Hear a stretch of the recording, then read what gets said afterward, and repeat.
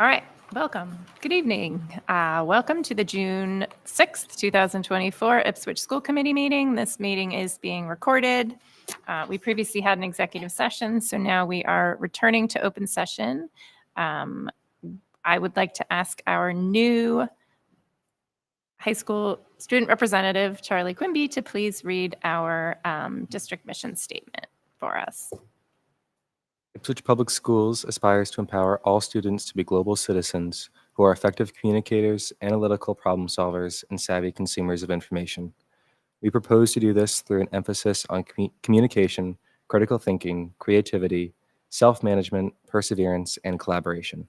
Students will be active partners in authentic learning, offering voice and choice and demonstrating competency. Okay, thank you. So we just read that at the beginning of every meeting to sort of ground ourselves in why we're here and the mission of the district. So I think it's a nice start to every meeting. All right, so we will move on to announcements. I have several this evening. The next school committee meeting will be held on Thursday, June 20th, 2024 at 7 p.m. in this room, the Middle School High School Ensemble Room. Negotiations with the Ipswich Educators Association will be held on June 12th at 4:15 p.m. The Operations Subcommittee will be held on Thursday, June 16th at 6 p.m. in the Middle School High School Guidance Conference Room. And the last day of school for students in kindergarten through grade 11 will be June 13th. Elementary students will be dismissed at 11:50 a.m. and middle school, high school students will be dismissed at 11:20 a.m. Do we have any other announcements tonight? No. Do we have any special acknowledgements? Just want to acknowledge the class of 2024. We sent them on their way Sunday morning under the bright blue sky and a little bit too much heat. But it was a beautiful graduation, and congratulations to the class of 2024. I went to the green team dinner that they put together in the garden of the high school. It was delicious. And they had, for dessert, they had rhubarb curd, which I've never had before. I'm usually a chocolate mousse kind of gal. It was so delicious. It was just a lovely evening, and I'm so glad that they had it. I'm so glad I went. Great. Thank you. Thanks for going. I have one. Yeah. The Pops concert. Yeah. Say no more. Amazing. Every year. Yes. Every year. Yep. Yep. Yeah, Better and better. In regard to that, it's getting to the point where we need a bigger stage. It was amazing. Everybody couldn't fit on the stage, and I had a conversation with Michael Coelho after the Pops concert, and he had 84 stringed instruments on the stage that night, and it was packed wall to wall. Next year he's got 96. So we've got to They'll be figure smaller. something They'll out. be They'll be smaller.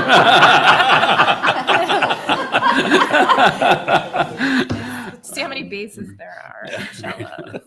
So I mean, obviously it's a great problem to have, but Especially when you have a show like the Pops where they had a lot of the chorus was there Chorus was too, there and then too, it was the right. symphony orchestra, so they had band and Mhm. not all the bands, but some band instruments Right. in the back. It was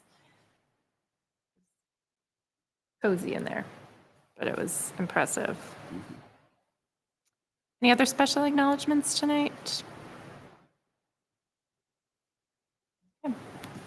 So remarks from the chair. I just wanted to acknowledge that today, June 6th, 2024, marks the 80th anniversary of the D-Day landings along the Normandy coast during World War II.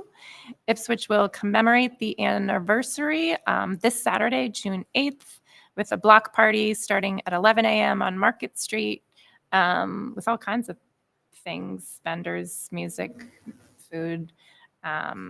At 11 a.m., followed by a parade, I believe, that starts at 1 p.m. So we encourage the entire community to come out and pay respect to our veterans. pay tribute to this important anniversary and celebrate our community. That will also be in my weekly announcements tomorrow that go out, and I'll have the poster and everything in there again. Yeah. And there's a concert going on right across the hall as I think one of their last fundraisers. So it looks well attended from who I've seen coming in. So, so that's it from remarks from the chair. Do we have any public comments this evening? Okay. Seeing none. So I want to welcome again Charlie Quimby as our new high school student representative report. Or our new school representative. You do not have to have a report, but if you have anything to say, we'd love to hear it. So my name's Charlie Quimby, but my email and everything will say Edwin. Just I go by my middle name, so I know it's confusing, but that's how it is. This is my second town committee. I also serve on the Agricultural Commission in town. I have experience with serving in the school. I serve on the student advisory. I was class president and class vice president for 2 separate years. I also served on the Payne Grant Committee this year. So I come with a lot of experience, and I'm really looking forward to school committee and how that will look like. Right now, just students are looking forward to the end of the year. You know, we have finals next week. So Monday, Tuesday, Wednesday, with Thursday makeup exam time. And then there are some student concerns about the new cell phone ban that's been happening, specifically how that will look like. There's talk about throwing personal devices into that, and students are just worried about, well, how do I get my phone if I have to rush the bus? And there's a lot of different factors that go into it. So that's about it. Got a little bit of that at your superintendent's report, but it seems like it's going to be discussed at high school council next week. I think so. So it's we got as people recall, we got a petition or a letter served from signed by many high school teachers requesting a cell phone ban district wide. So that's being sort of investigated and pursued, and that seems like there might be some logistical challenges and just things to work through. It's not as simple as just banning cell phones because they are used quite substantially. And if personal devices, there's just stuff to work through. But yeah, it seems like it's underway, which is discussions are underway. Just any questions for Charlie?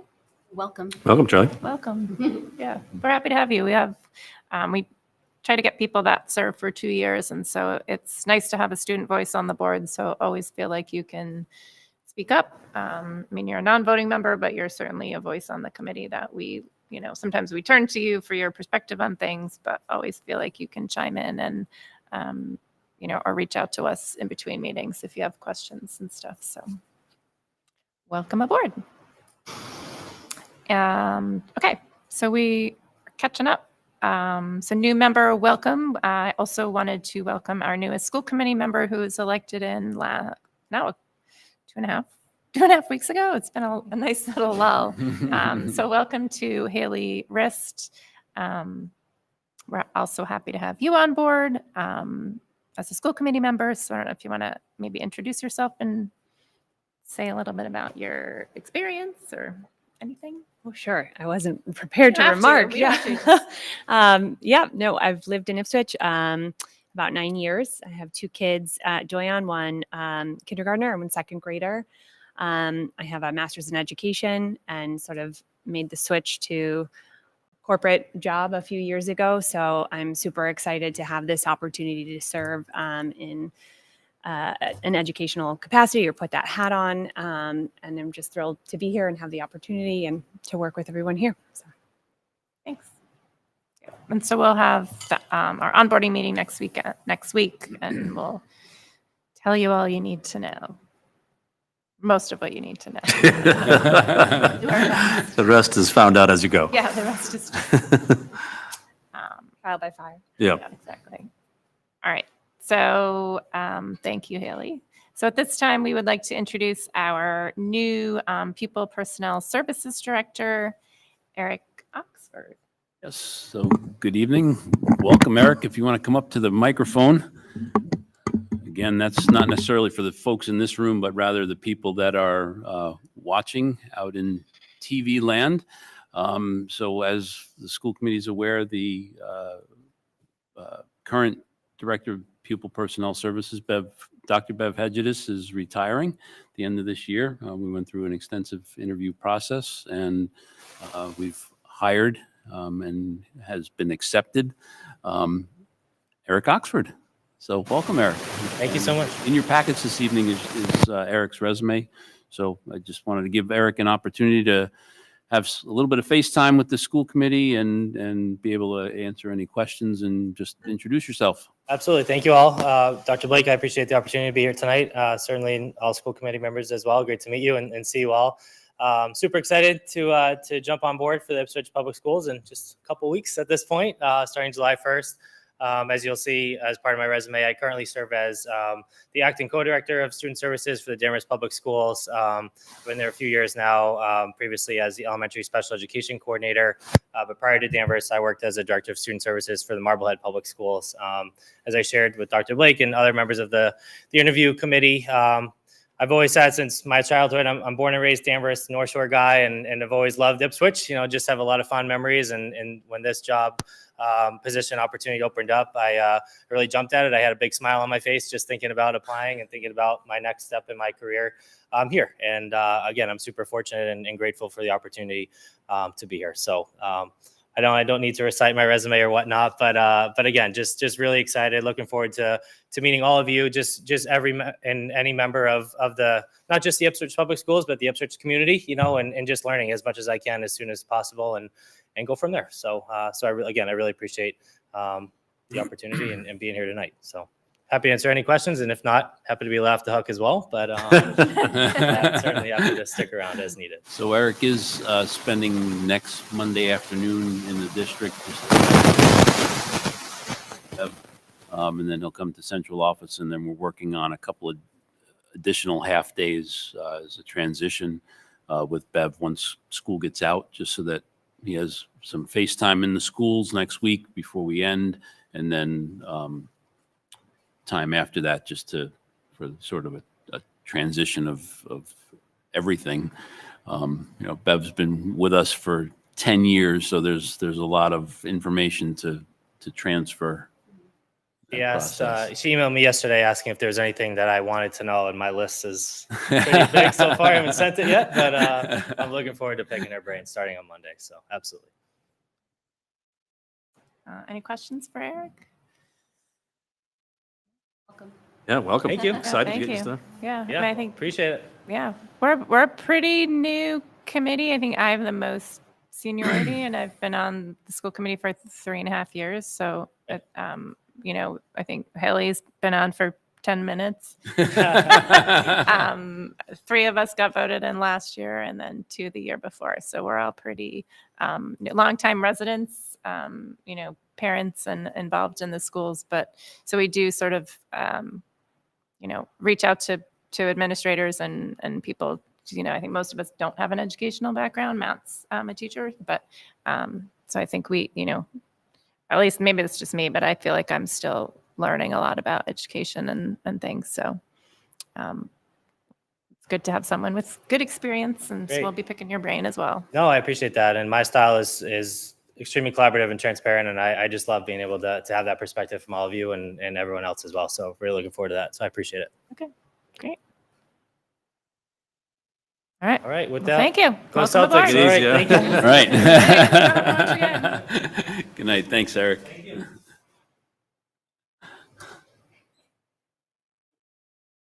All right, so next up, 4 minutes ahead of schedule now.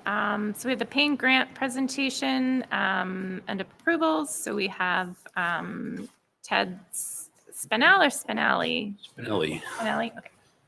With us from the Payne Grant Committee, who I believe has a presentation that, see, I told you you were going to trip on it.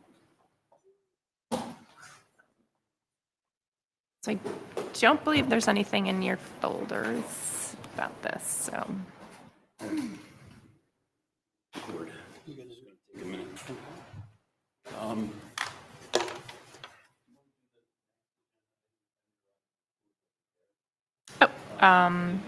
items, the schedule, not. the Calendar. schedule, the school Calendar? Sure.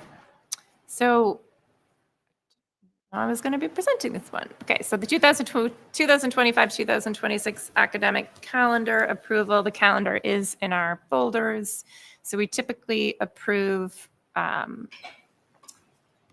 the year-long school calendar 2 years at a time ahead of schedule. So this is not next year's school year, but the school year after 25-26 academic calendar. So if you open it in your folders, I'll just sort of highlight, everyone's always wondering when the first day is and when the last day is. So it looks like in fall 2025, the opening day for teachers is August 25th. The first day of school is the Wednesday before Labor Day. So it seems to follow the same schedule that we've. How long it goes. So there's It's fully charged. Okay. each year when we develop the calendar, there are two different options that we present to. Okay. So one of the calendars, one of the tabs starts before Labor Day, and the other calendar starts Okay. after Labor Day. Okay. Administrative team and the union both preferred the calendar that started. So Laura doesn't have a microphone, so I'm just going to repeat that because I was wrong. And I was surprised. So Laura corrected me and said, in your folders, there are two calendars, two options. Two tabs in the spreadsheet. One is a calendar that starts before Labor Day, and one is a calendar that starts after Labor Day. So two versions of the calendar are presented to the administrative team. And apparently the administration and the union prefer the calendar that starts before Labor Day, which is the first tab. So and that would be consistent with what we've done in the last number of years, which is starting the first day of school the Wednesday before Labor Day. And the other one starts likely the Tuesday. Really hard to read. The Tuesday after Labor Day. I have a Yeah. question for our committee members that have young children that are closer to kindergarten than mine. What is your reaction to before or after Labor Day?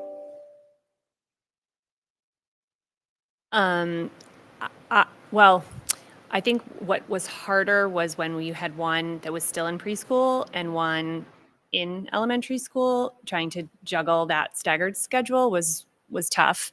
So I always would have preferred the post Labor Day start. So I was curious to know what the context for the teachers and the union was in terms of their preference for it starting earlier.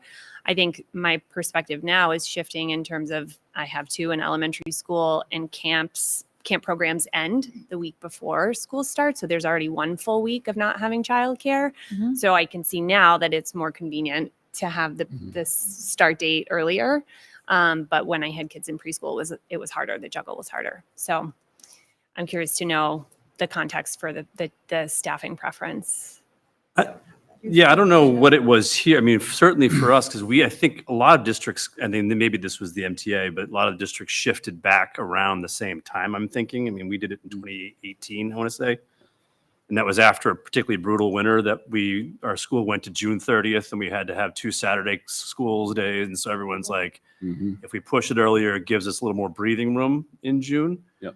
What I've learned, though, I mean, is that I've actually come to really appreciate those 2 days. It's like a soft opening for kids to kind of get back into it. Yeah. And you don't have to do kind of a lot of heavy lifting and have them come in for 5 straight days or 4 straight days. And so it's been kind of a nice thing from a teacher perspective. And I think my boys like it, but because they get to kind of meet everybody, and then they go away and they come back and they kind of know what they're It's like an getting into. orientation almost. Yeah, or something exactly. Like, yeah, and I think for the young kids, it's maybe less overwhelming to just go for a couple, a Well, day and a yeah. half, essentially. But I totally recognize that it's wonky for working parents that Yeah. whose schedules don't align with mine. But And that's And then older kids, it eases them into the waking up early. Like they wake up early. Right. I'm just. They gotta ease In into high that, schoolers, right? in 2 Right. days they wake up early, and then they get a 4-day break, and then it's like, okay, let me get into And the. then 4 Every days, day you're gonna they have get a to wake 4-day up early. week, and then a full week, the third week.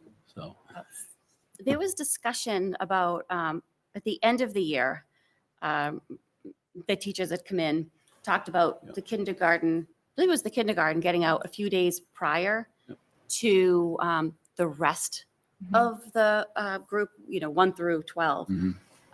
Is that something that could take place this coming year? Or I know we haven't really decided on that. So we haven't decided as a school committee and administration yet, and that's also something that is being discussed in negotiations. So we okay. haven't, so this is for the 25-26 calendar. Next year's calendar is already approved, and once we decide on that, which is a conversation that we do need to have, we can go back and adjust the calendars. Oh, So it is Yeah. adjustable. But it would be this calendar that would get adjusted Yeah. potentially, Okay. Yeah, Not- yeah.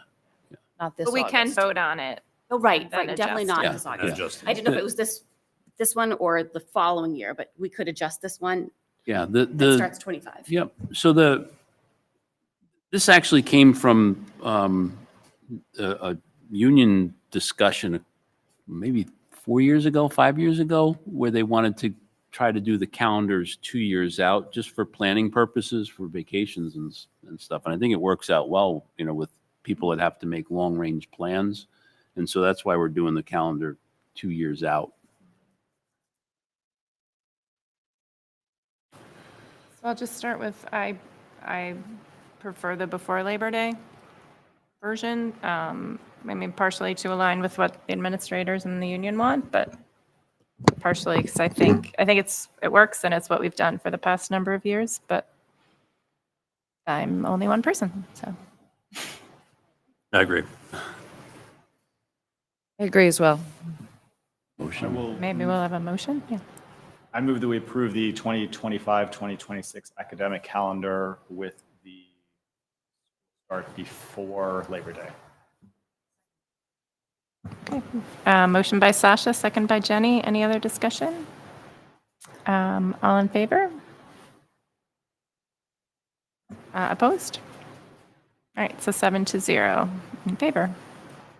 Thank you. All right, thank you for your patience. You're up, Ted. Welcome. Thank you. So my name is Ted Spinelli. I'm paying grant committee member. I have a high school student. My son Theo is a sophomore, going to be a junior. I'm presenting in lieu of Principal Ginolfi, who is in Washington, D.C. with his class trip. Just for the record, it is like 88 degrees right now and raining and DC, so good luck to Pete. I just Googled that on the way in just for chucks.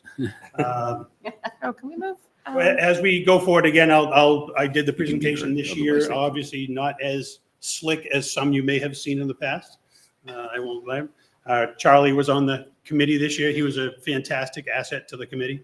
It was great first year. I think we had a student on it, and it really was, he brought a lot to the table. And thank you very much for that, Charlie. So the committee members, I want to take the opportunity to thank all of them. It's kind of a large task that we undertake in a short period of time. I equate it to taking a sip of water from a fire hose. We take pretty much everything is condensed into about a 2 or 3 week period, to the point where I believe the committee has kicked around the ideas of potentially moving it up for earlier in the year so it doesn't interfere with all the end of the year activities as we try and go through that. So on the committee, where does the money come from? I know most people in this room are probably, intimately familiar on the history of where this came from. Some folks aren't. Obviously, William Payne bequeathed Little Neck to the town to support the schools in 1660. In 2012, Little Neck was sold to the residents, and this became a financial trust versus a land trust. To which it's to benefit the schools here in Ipswich, a fantastic asset that most communities would love to have, I'm sure. The FEFI's mission statement, to expand educational opportunities consistent with the public schools. I believe this pretty much aligns with the school's mission statement as well, which is where they kind of got it from. The funding is intended to support programs, practices, and educational innovation, enrichment, and intellectual physical, social, emotional, cultural experiences for all learners in the Ipswich Public Schools. I'm going too fast. I'm just a little nervous, so just slow me down. So again, obviously, there are some guidelines involved that came from the trust. Funds should not do core curriculum, routine operational expenses, and we take that charge very seriously on the committee. We want to make sure that we live to the spirit of the trust in going forward. So we'll kind of get to this year. This is my third year on the trust, and this is the first time we've had more requests than we had funds. So it became a little different this year for me and for all the people who are on the committee. So the disbursement that we had to give out was $777,544, and the requests were actually $983,543. So there were some tough decisions to be made, and the team really worked well together. So the grant review process, so we meet all the grant, the paying grant committee members are trained on the purpose of the grant and their role in it. Paying grant applications are submitted. The committee members evaluate them on their own using a rubric. And then we are able to submit questions for clarification prior to the presentations, which kind of speeds things up a little bit so that the presenters, can bring the information that maybe we are a little unclear on as the presentations go forward. Then they make their presentations by all grant applicants. This year it kind of spilled into a second night. I believe, again, with those end of year activities, the folks in the music department were unable to attend one night. So we just did a separate night for them, and they had presented their requests at that point. At that point, the committee members deliberate and come up with a consensus. It's been a really, great opportunity to learn how to work with folks. I'm sure Charlie will attest to the way the group worked together was really, really great this year because of the difficult decisions that had to be made. There were 11 paying grant applications received this year for consideration. As previously noted, those applications totaled $983,543.57, with an available disbursement of $777,000. In order to provide funding for many initiatives as possible, applicants were reached out to and asked if there were any opportunities for reductions that could be made in their initial amounts and requests. The amounts approved reflect that cooperative work between applicants, committee members, and the flexibility of the applicants was appreciated by all committee members. I'm going to start with the actual applicants if you want. I've kind of abbreviated the end of it. If you guys want to stop and have questions after each or at the end, whatever works for you guys. Last time I did this, I didn't need glasses, so forgive me. So the first grant presented was from the IHS Coral Robes. Abigail Frost was a presenter. It was for the benefit of the Ipswich High School. School population targeted would be approximately 100 students. The initial amount requested was $13,500. The purchase of new choir robes for the Ipswich Public Schools was the goal of the program. We reached out to the applicant. She was able to receive money from or get a commitment from Armada to come up with some of the money, which then lowered the cost that she was asking for below the threshold for a paying grant. So she's going to go back and go through the twig. So that is the next applicant. Was the building at Jack Welch Stadium. Tom Gallagher, the athletic director, was the sponsor of it. Ipswich High School, middle school students, and the community at large who will be served by this. 864 students plus all who utilize IHS IMS grounds. The initial request was $250,000. The goal of the proposal was to move forward with phase 2 of a multi-purpose building at the IHS Stadium, which will provide, among other things, other necessities, on-site accessible toilet facilities, a snack shack, and various rooms for people to use. After we reached back, so the approval amount that was given or authorized was $140,000 on this one. May I ask a question on that? You go right ahead. Thank you. So did they come back to you with a decrease to 140, and then what Well, was cut? or In what- all disclosure, I am on the committee for the building. Mhm. So I didn't take part in the voting on it. But at that point, it was anything they could get was obviously what they were looking for at that point. So does the $140,000 allow them to move forward with phase It'll- 2 or it- not? It does really? not completely fund the building. The part of the purpose for this was to make the fund more attractive to go out and seek more funding elsewhere in terms of that we're closer to the end goal, so that if we are able to get more funding from a bank, from a business, they know that it's going to push us towards the goal of the actual end rather than just kind of sit in limbo. And do you know what the end number that you're looking for is? Dr. Blake might be able to help me out on that. We've had area- various versions. I think the last version was it 1.2? 1.1, 1.2. Yeah. I think this puts the committee at 140, puts it at about Close to 8. just under $800,000. I guess my question is, will anything happen with this 140, or will it just sit there until you get to? Well, we're going to, I assume that we're going to have to start to develop some plans to put forward, which will have expenditures for that in terms of, obviously, the biggest expense is running sewer. Unfortunately, it has to come all the way from the stadium back to this building. It's the largest expense, and it's going to have a large plan that needs to be developed for that. With environmental studies and all the things that are going to have to go along with that. So there's a meeting of that committee next week. And I think a lot of what is hoped for is to have an amount. We're looking at 1.2 or about that, and then either have in-kind donations. There's a lot of contractors potentially to volunteer, or do a fundraising campaign to make up the difference. But this kind of started a fundraising campaign. Sorry, one more question. And then is the 1.2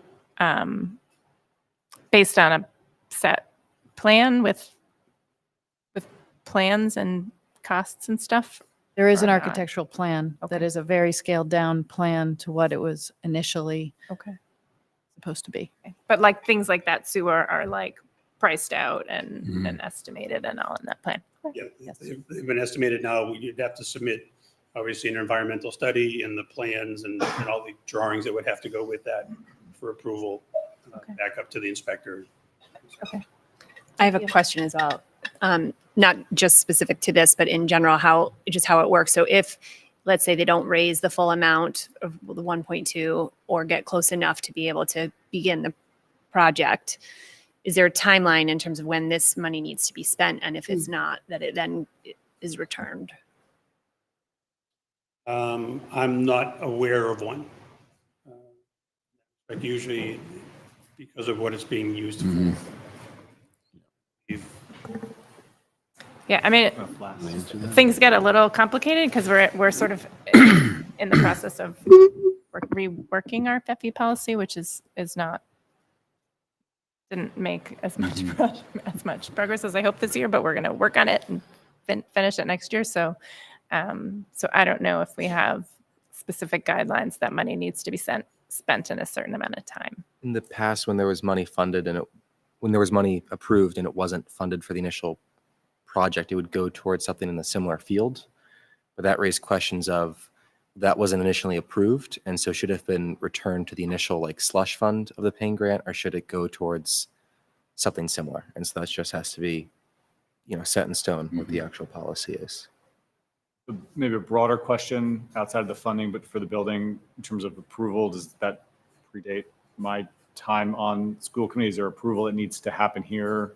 Forget about funding, just proceeding. Is that already determined within the high school, middle school? Like, are we definitely building building's that been building? approved Has that by been decided and anybody. this is just a funding question, or? This is simply a funding question. There's not been in my time. So great question. Got to back it way up. So prior to my time, there was phase one of the turf field project that was funded and resulted in what we currently have out there, the track and the turf field. Phase two was to put this this facility out there, which originally was locker rooms, public bathrooms, a big concession stand, and it was significantly bigger than what they're talking about now. That was back in 2017, 18, maybe, when we started having those conversations, and then we had numerous meetings, developed some initial plans, worked with architects around what that might look like. They gave us those plans. COVID hit, everything got shelved. And then just maybe a year and a half ago, we started having the conversations again. It got more or less resurrected by My some understanding is folks. that there's always been a plan for this building to Mhm. exist in some form. The initial building was realistically the Taj Mahal of things, Right. which we've Yeah, it was a scaled full way, it was a way full back. kitchen and everything else that That's been scaled way back. This is more along the lines of necessities, just in terms of public facilities, Mhm. restrooms, sanitation for a smaller, snack shack with the ability for sanitation, running Mhm. water, those types of Yeah. things. Okay. Yep. That's the So where we are. Too, that's helpful because I do remember that was originally part of it. So now I Yeah. understand And it's so scaled now the conversation is, okay, we're in the midst of trying to raise funds for phase two.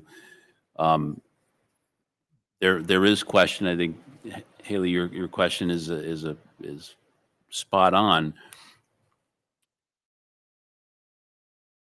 Most of the pain grants are expended that year, or the money goes back to the corpus of the FEFI's fund.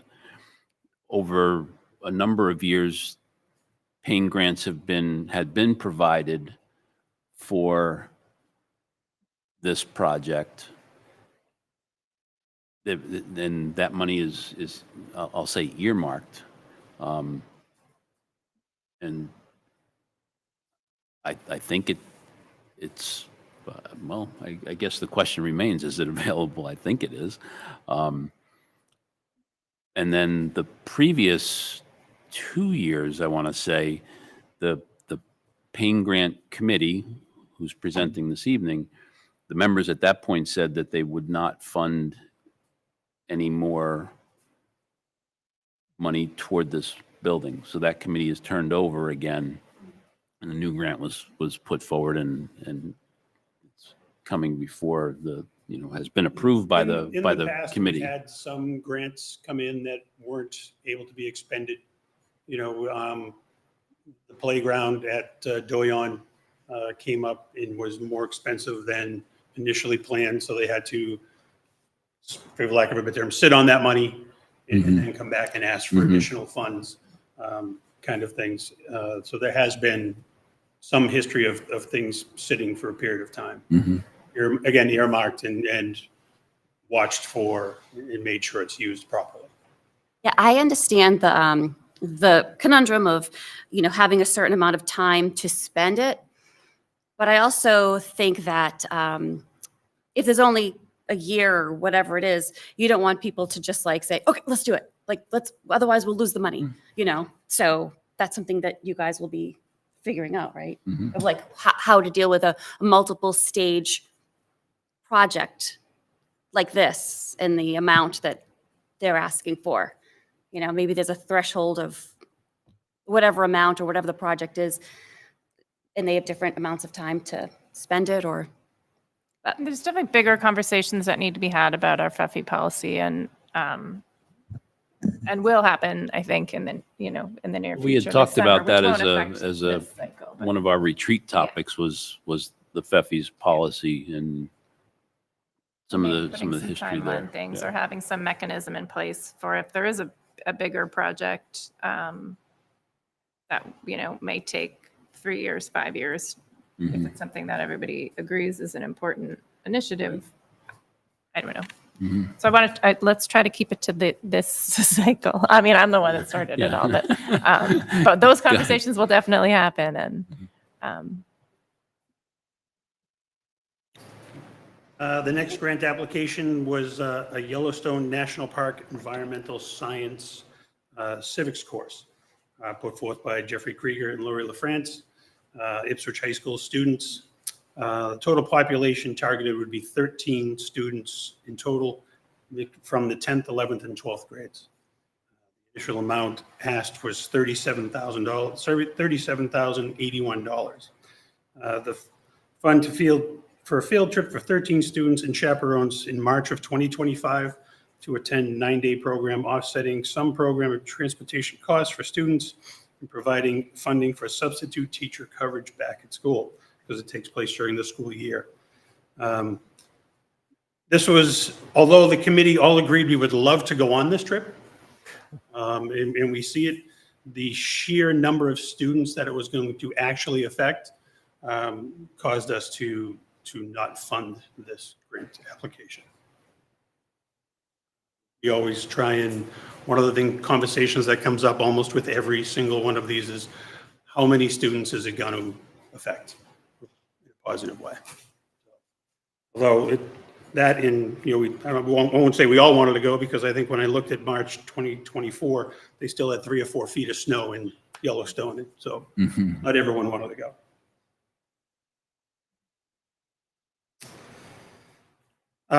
The next grant was for instrumental impact, elevating performance quality in our high school band program. Rebecca Pagano was the applicant. Ipswich Middle High School. School population targeted was all band students, 7 through 12, approximately 100 students. Initial amount request was $36,189.31. The short version was for the acquisition of new instruments to enhance the scope and inventory available to our band program. She felt that some of the instruments were cost prohibitive to buy, that added another layer of sound to the band. I think, Charlie, what was it? Forgive me, a bass saxophone, I think, was one of the. Yeah, there was. There were a couple of instruments Yeah. that aren't normal. Forgive me, normal's not a great word, but aren't the usual things that a student either learns on or purchases for themselves. So the school wanted to have some on hand to let some students play these and add a different sound or a more layered sound to the orchestra. So the initial request was for $36,189. We reached out to Rebecca, and she came back with, the ones that she absolutely positively wish list wanted. And that's what we funded. We funded that amount for her. It was $26,189.31. And that was the cooperation between the applicant and the board as we went through the process. I think after the initial night, each of us received, a grant to reach out to and just kind of talk to before we made our final deliberation to see if there was anything that could be shaved off or whittled down just a little bit so that we could fund more of the programs. So my daughter takes flute, and we pay for that every month. Do they do that for this for the high school band? Does the parents have to pay a monthly fee as well as? I don't know if I think by the time they reached a high school level, the majority of the students own their instrument outright. So at some I point- think Pete's not here, but Pete Janolfi says he has a perfectly good saxophone sitting in a closet in his house that his son played for 4 years, and Feeling that. you know, So eventually this will be paid off, like down the the school would own these instruments. Right, but then They the would be loaned out to a student. okay. potentially maybe to entice them to play that particular instrument, rather than invest in one of their own to be able to have it. And again, that was the conversation we had with Rebecca in terms of them being able to try it out, learn on it, and not necessarily have to make the big investment up front and then decide it's something they kind of don't want to do. Like, just for example, I don't think this was included, but like bassoons aren't very common. Like, we don't really fund bassoons, and they're a very expensive instrument. And so I think there's one bassoon in the high school. And so to try to encourage kids to play like a unique instrument, the school would own it and play it and such. But I think a lot of the money also went to replacing old instruments. Yeah, some of them were beyond repair at this point. I mean, like, they do have some of the instruments, but they're really the cost to repair it. They took it to the people who had the cost, and some of them said, there's really not even a sense working on this. It's just been, I think some of them were 18, 20 years old, Charlie, I think she said. They were really old. Like, they were clarinets that didn't have all the keys or were missing whole parts of the instrument. But in general, how many instruments do we own and give out versus families rent? Because I think many instruments families rent. I mean, obviously there's some sort of backups in case something happens, but I'd imagine for band more than orchestra, we own some of the larger instruments. We do. Or the percussion stuff. Yep. That kids So the aren't school gonna- district does own many of the big instruments, and with some of the more expensive instruments, the student may own their own tenor sax, but and we need they may own an alto sax, and we own a tenor sax that somebody can play. It's the same fingering on the saxophone. It's just a different mouthpiece and different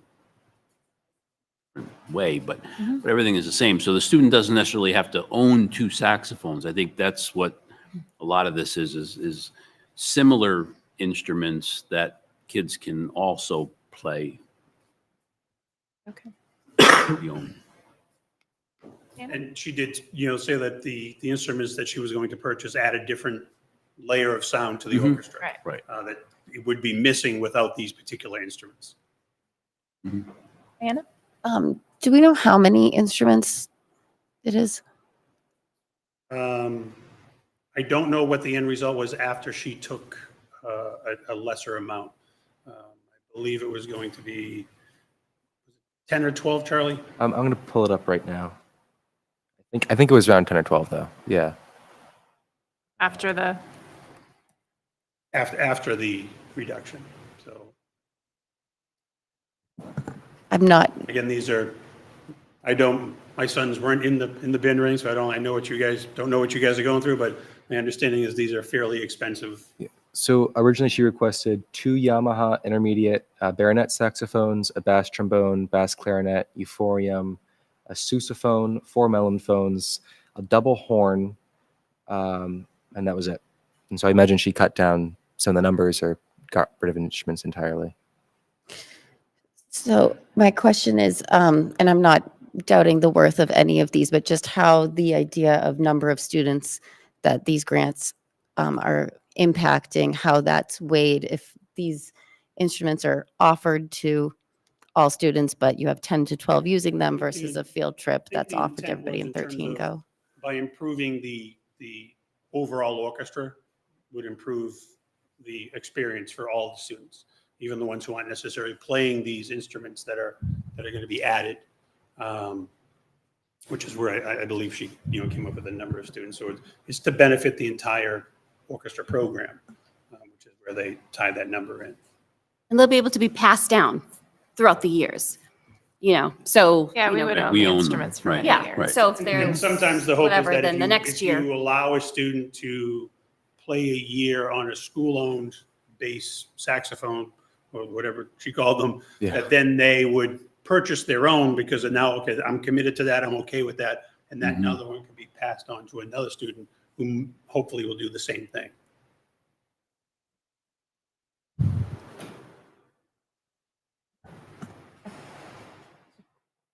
Good. Thank you. The next grant was for professional development, submitted by Jonathan Mitchell on behalf of all the building administrators. All Doyon, Winthrop, Ipswich Middle, and Ipswich High School students would be served by this program. School population targeted by proposal, K to 12, 1,000 plus students. The initial amount requested was $145,440. Provide professional learning opportunities to faculty, staff that will take place both in the district as well as at professional conferences such as NCTE and NCTM conferences. Some of these involve travel, various things. The initial request was 145. We reached back out to Jonathan, or Pete actually reached back out to Jonathan, and with some of we came back and we approved $130,440 of professional development money. Peter was extremely, wanted to make sure that this went through based off of the needs of the district, and we felt that this was probably one of the stronger ones.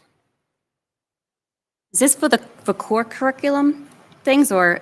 This is for professionals to travel, to meet with colleagues, to coexist and just kind of exchange ideas. Also attend.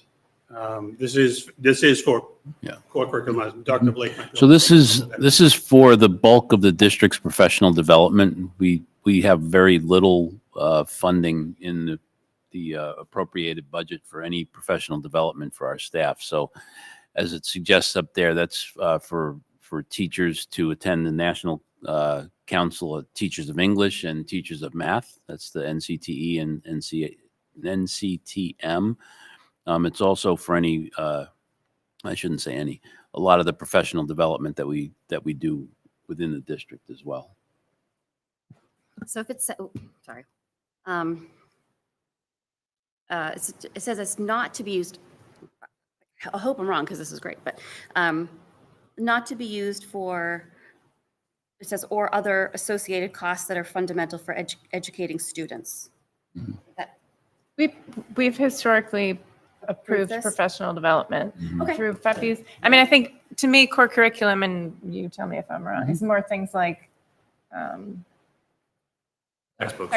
Textbooks and things like that. class Right. materials, that kind of thing, math We books. And we on the committee felt obviously that in terms of enhancement, that if the teachers attended the National Math Teachers Conference, they may come back with, from colleagues, ideas to move something forward, a new method, a new idea, a new program, that something might, that's where we put the enhancement part to this for us. And that is a big subject matter for us as we discuss all of these.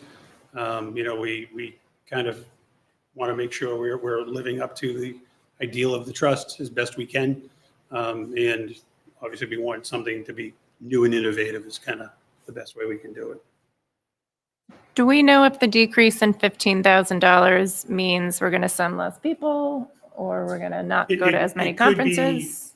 Again, part of this, they were talking about is, they were putting a number out before because they didn't know if it was going to be approved to book flights. They don't know what the flights were going to be. Can they save money? Can they do whatever? Do they go to one less conference? I don't know in terms of how they broke down what they were going to take out of the initial ask. Okay. I mean, that matters to me anyways, because I don't want to sacrifice professional development. I think Mr. Mitchell talked about, he said something about he could cut back funding, or there was like funds left over from last year that they could be used. He didn't talk about cutting funding or limiting people going. It was just more of excess capital that's trimmed off the fat, I guess. Okay. Yeah, but if he requested originally 145, it makes me think he needed 145. So I don't know. Well, that was I'm concerned about that was part of what we went back to folks. We did even have some of the presentations, folks were like, well, they said ask for it and see what happens. Now, Right. as we felt it was our responsibility to go back and say, we know what the want is. And now kind of what is in order for us to use this money to influence the most students, what is the reality of that could you get away with? Sorry, This just is the first year we've ever had more asks than funds available. to clarify what you were saying, Charlie, was Mr. Mitchell saying that he felt that there was room in his budget somewhere else to make up that difference. So it wasn't Yeah. that he was cut, right? And Okay. it's, they budget things out, how it was explained to us, like for hotel rooms and for air flights, like they'll budget things out. And Mr. Mitchell said in most of the cases, not the full amount is used. The full amount isn't used because prices change and they fluctuate, and not all the spots are filled. If you have 15 math teacher spots, not 15 math teachers will go. So he put it as like the maximum that would allow. And he said it probably won't happen. And if it doesn't happen, they have funds in like some slush account that they can use to. 145 was Not either. slush which way account. we're looking at Slush that. Not slush account. I'm sorry. He said the earmark funds The or something. appropriated budget. Appropriated. Sorry. You know, and he said, No slush funds. It's technical. It's just one big bank account. And yeah. anything else? Thank you. All right. Enhancing Safety Innovation 21st Century Workspace. This was through the Scott Jewell, Michael Arnold, Jonathan Mitchell, Tim Sidmore. School, Ipswich High School, Middle School. School population targeted were all students in grades 6 to 12 taking engineering and technology education classes. The initial amount requested was $99,178.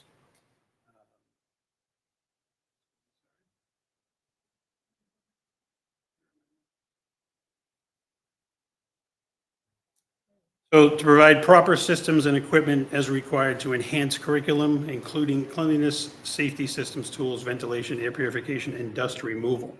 So this is for the tech ed wing down the hall. Part of the request was an updated lathe machine. They have one, but if someone's on it, it'll take most of the kids can't finish their projects kind of as they go through in a timely fashion. As far as the dust mitigation, the wing wasn't really designed to have that type of activity taking place. But given what's kind of taken place in the educational world, as far as STEM or STEAM, it really is taking off. The classes are very active. It's kind of an underserved section of the school community. Some folks have sports, some folks have music, some folks have the tech ed room. It's just kind of where they go, and it's what they're into. I think we have our robotics team, our remote car racing team, all of that work out of this wing. When they're working and when they're building and using these things, we want to make sure that the equipment is adequate for them and kind of safe enough for them to use. The initial ask was $99,178. The amount approved was $84,178 after talking with folks who proposed. What isn't getting funded out of that? Because my understanding was that was a pretty complete ask and integrated pieces, and so Which and machine part of they it didn't fund, they said they were going to remove. There's one machine that they were going to do without. I don't think it was machine. I think it was the grant asked for both new machines and a ventilation system. Yeah. And we thought the ventilation system for tech ed department with 3D printers and sawdust was more of a capital expense rather than education enrichment. We thought it's more of on the school's faculty facilities to upgrade ventilation in a tech room than it would be for a education enrichment grant to fund. I think that's what was cut out. And I think he said he could find like a cheaper lathe or drill or something. Yeah. And like there was training days he could say he could cut out and things like that. Okay.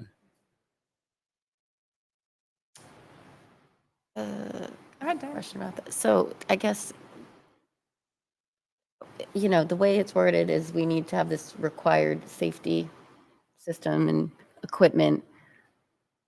So if it's not happening or if it's not getting funded through this, are we prepared to make sure that what we're doing is being supported with a safe system? It will have to go into a future capital plan because it wasn't presented as a budget item during the budget process this year. We also have a new teacher moving into that role, so I think part of this grant is some of his work and how he's looking to change and enhance the program as it's been, because as you know, Bill Gallant is retiring this year, and Tim Sidmore is taking over in that role.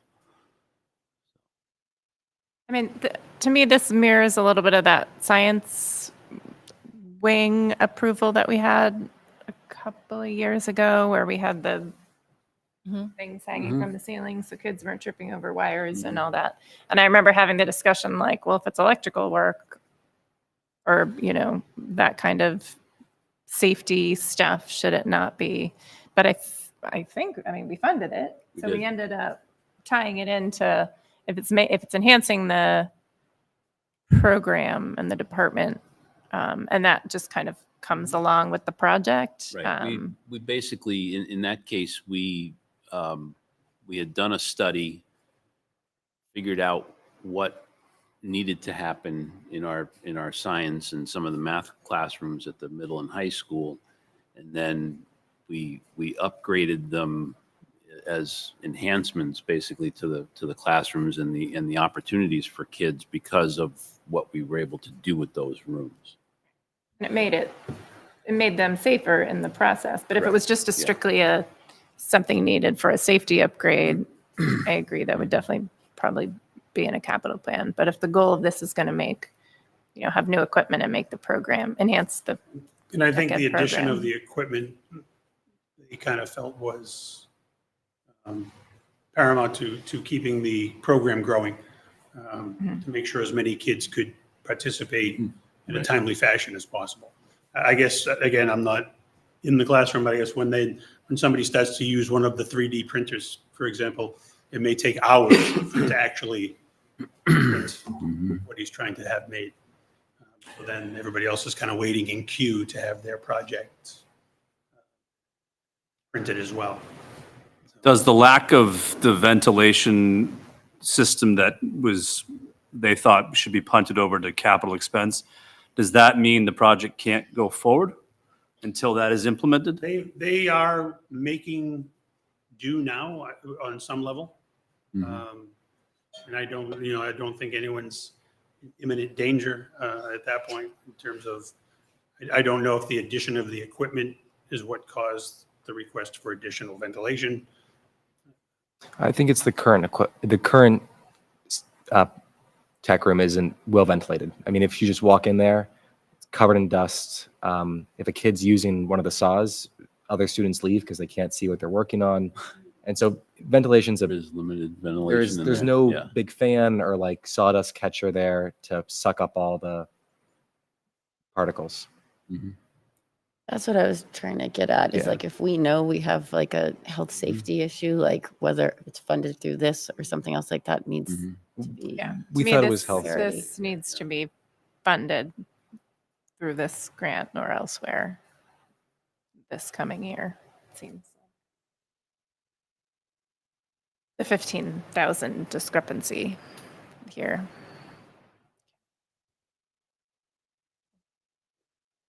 Yeah, we don't want to end up in a place where, like last year, where we had something that is essential for the whole thing to move forward, Right. holding back the whole thing. If that makes any sense. It was really poorly phrased. But yeah. But a lot of the requested items were just newer versions of what's already there. So I don't know if it would need to be the 15,000 to move forward. I think it was just nothing's changing. Equipment wise, it's just newer versions of the equipment. There's one fancier piece that allows you to do two different CNC practices, but it's just the same equipment, just newer. And But that 15 does not, or right. does, I mean, in other words, if you added the 15 back in, would ventilation be part of that total yes, package? but if it doesn't get added in, nothing would Yeah. change. I guess the But it'd still question is be too, are we not adding great. to or Right, just still not simply great. replacing equipment? I know we had to replace some equipment because of safety concerns. That was year or part of two this as ago. well, it wouldn't necessarily be more of all the equipment. There'd be some additions of some new stuff, but there'd also be some replacing of some stuff that needed to be updated to newer standards. I think it raises a good question in terms of bigger conversation, FEFI's appropriated budget and capital, right? Because if we're looking for a piece of this from a capital plan, then should we not also be looking for the building in terms of capital and part of a plan? Or, to your point, any future other upgrades like that we're looking to make to science classrooms or stage addition or whatever, should that be capital versus something else? I think it's a larger discussion to have.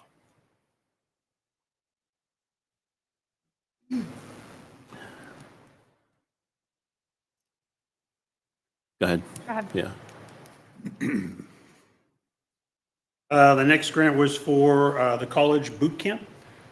Justine May, Claire Powers, Ipswich High School. School population of the proposal is any rising 12th grader, so someone who's a junior becoming a senior. The goal proposal is to help rising seniors self-manage the college application process. So this event takes place yearly over the summer, first couple of weeks of the summer, where they invite any rising 12th grader who's going to begin the college application process to come in, and they help them form an essay, form anything they might need in terms of how to fill out an application form, how to fill out a financial aid form. It's just it's a little condensed. They jam it into a week or so over the summer. It's run, I think that I know of, my 28-year-old took it, had it. So that'll be some idea how many years it's run in a row. Most people who take part in it find it to be very informative for them, very useful as they begin the process to just kind of take the curse off that initial startup for when their application process begins. The initial ask was $13,500. Pete reached out to them, went over the prep time that they felt they were going to put in, and those types of things, and they reduced it to $12,750, which is slightly more than last year's ask for the same program, but that's all to be considered these days, right? So that we approved the $12,750. When I say we approved, we didn't. That's the number they came back to us with, and that's the number we approved. That's for their time? Is that what That's for their time. I believe there are 4 people involved in it now because it's grown. Initially, it was 2. There's a couple of English teachers who come in and help with the essays. A couple of folks who help out with the financial aid. A resume, someone comes in, helps write resumes. So there's various people, not just these 2 individuals. I think it's 4 or 5 people who actually work the program. Sorry, did you say this program has existed for a while? So do we have a data point for how many students are actually utilizing it? Like, we're saying up to 100, but do we know how many? I think last year was, 40 plus, I believe. There was some years where there was a partial charge or a charge for it, and the usage of it went way down, which is why this is completely no cost to any Ipswich High School student. I would venture to say it's not anywhere close to 100. It could benefit 100, but that would be pretty much The 80 to entire 90% of yeah. the class participating, which I know from personal experience, kids have jobs, and my daughter would love to do it, but she had a job, and so she didn't participate. So I think it's a great program. I've heard really great things about it, but I would suspect it's maybe in the I think 40 to that 50 I kid think they went range. with if everybody showed up. Right. I want to say there's like 110, 115 rising seniors. Yeah. So Theoretically, It how sits much during the would that day. I mean, I think it's a Monday through Friday or Monday through Thursday. be? Just the mornings. Morning, 4 mornings. I'm sorry, 4 or 5 mornings. But it's a great program.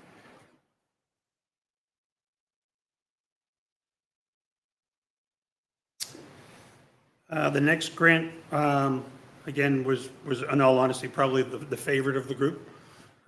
Bringing art to life, integrating digital projection technology for enhanced learning and performance experiences.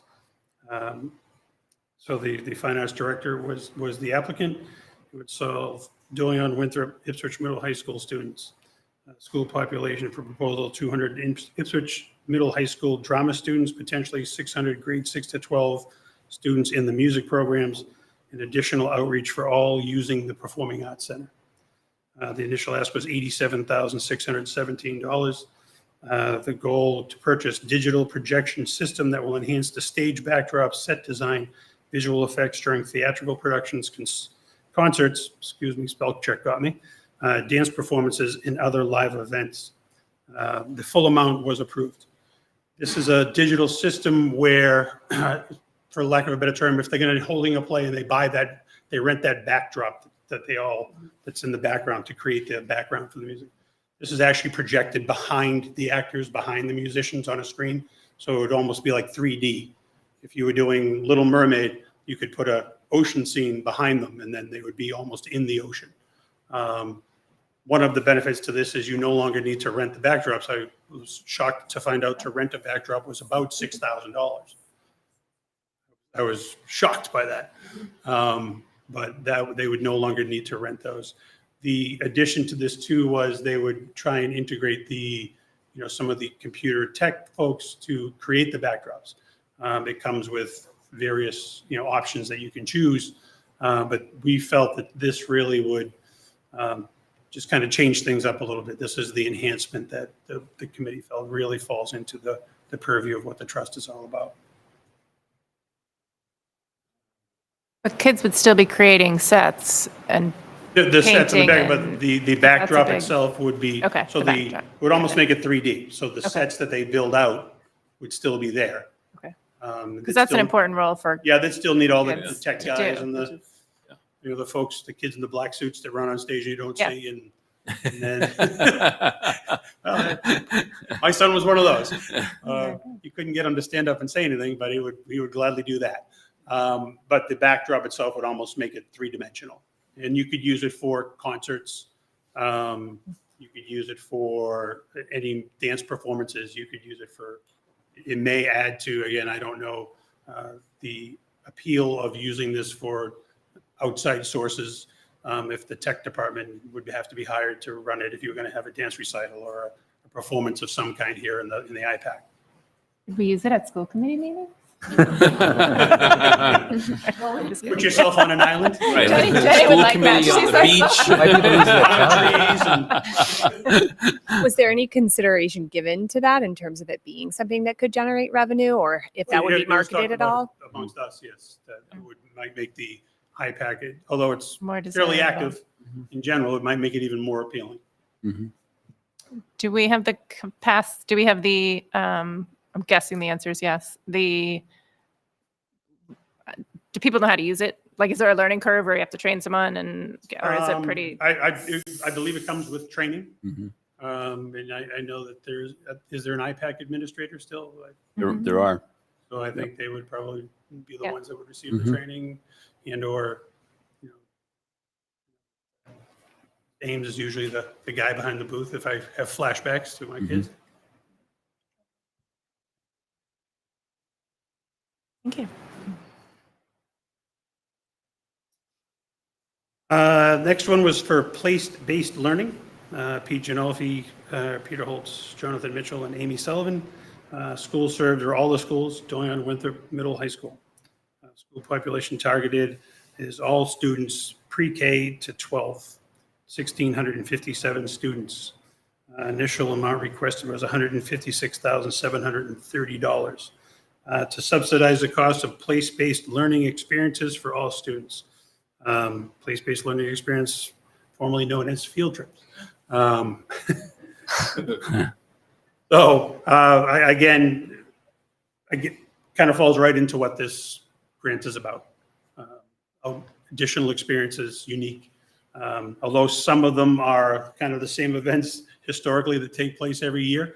I know that some kids really look forward. I know in 6th grade I'm going to go on a trip and I'm going to get this.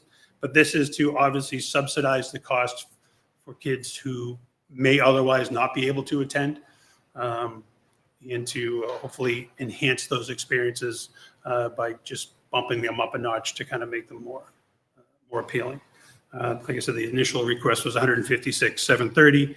The amount approved after speaking with Pete, who was the sponsor of was $151,730.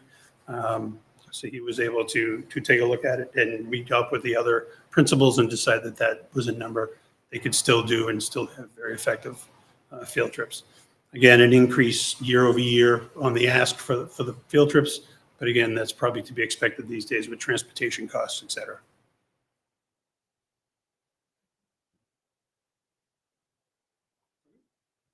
I'll make just a quick note. We've talked about the place-based learning before, particularly for, we've talked about this before, particularly for the costs that may be prohibitive to students just in general, not even subsidizing the cost. So fully just support this one. I think we've been talking about how do we even go further in this as well. So I think for a future conversation for us, just part of FE's money overall. Both of Fry's committees have enrichment funds as well, which I can't remember what I want to say it's like 3,000 for each school for the year, which I know is hugely supplemental and is always used in completion. I think it's a good point. I know some of the schools have that as well beyond Elementary that. schools do, but I don't know about middle school and high school. High school does. I know high school does. I believe middle school. I'm not positive. I think the point there is there's a few different places that we're doing this. And I think like, let's look at it holistically, and especially where we have the opportunity to go further, where kids aren't even, or families aren't even thinking about, could they go on some of the bigger trips, but let's create that opportunity for them. So I think that's where we have opportunities in the committee to try to do more.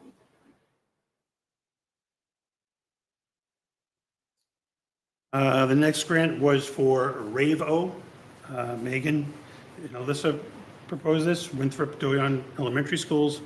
It's for special education students, grades 2 to 4, both elementary schools, 30 per students per year could be affected by that. The initial amount was $10,200. The goal is to purchase 2 RAVO reading instruction kits and staff training. The amount approved was $10,200. This was obviously almost like an early intervention reading type of thing. And I know there's a new literacy program coming out, but they felt that this was really important to kind of hit the younger students. That's why it's such a young demographic in terms of this. And the 2 kits would last years as they go through. So, and even though it's 30, this is why we went with 30 students per year that would be able to positively affect. Given, I won't say it, but given the dollar figure, we thought it was a great investment in terms of something different. They just another tool in their belt, as they said, to kind of hopefully positively affect some young readers who are struggling. How is this different than what we discussed last year for the materials and curriculum? You mentioned the early intervention. Is that where These are supplemental materials, different program altogether. Okay. So the kits will last for years? Or I mean, it's not like a workbook, or it's a No, not It's a workbooks. reusable system. I think it was like a phonics, like dyslexic, dysgraphic kind of teaching kit for students. They're not consumables. I mean, it's things that are going to be. No.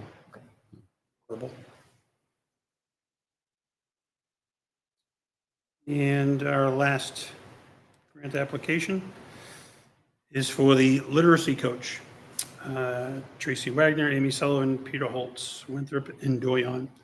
School population target would be pre-K through grade 5, 763 students. The initial amount requested was $134,378. It was to provide an elementary literacy coach salary benefit position to assist with the implementation of the new elementary level literacy program. The amount approved was $134,378. So the understanding would be that this is a temporary funding by the Payne Grant Committee. They're going to be rolling out a new literacy program in the fall. Dr. Blake can tell me I'm wrong at any time. No, you're spot on. And this individual would be leading and working with the teachers currently as they roll out the new program in terms of helping them out and coaching them with the process. Hopefully in making sure that the new literacy program, which is going to be a big investment, is successful as it rolls out. How does the additional position fit in with why above and beyond the existing administrative team?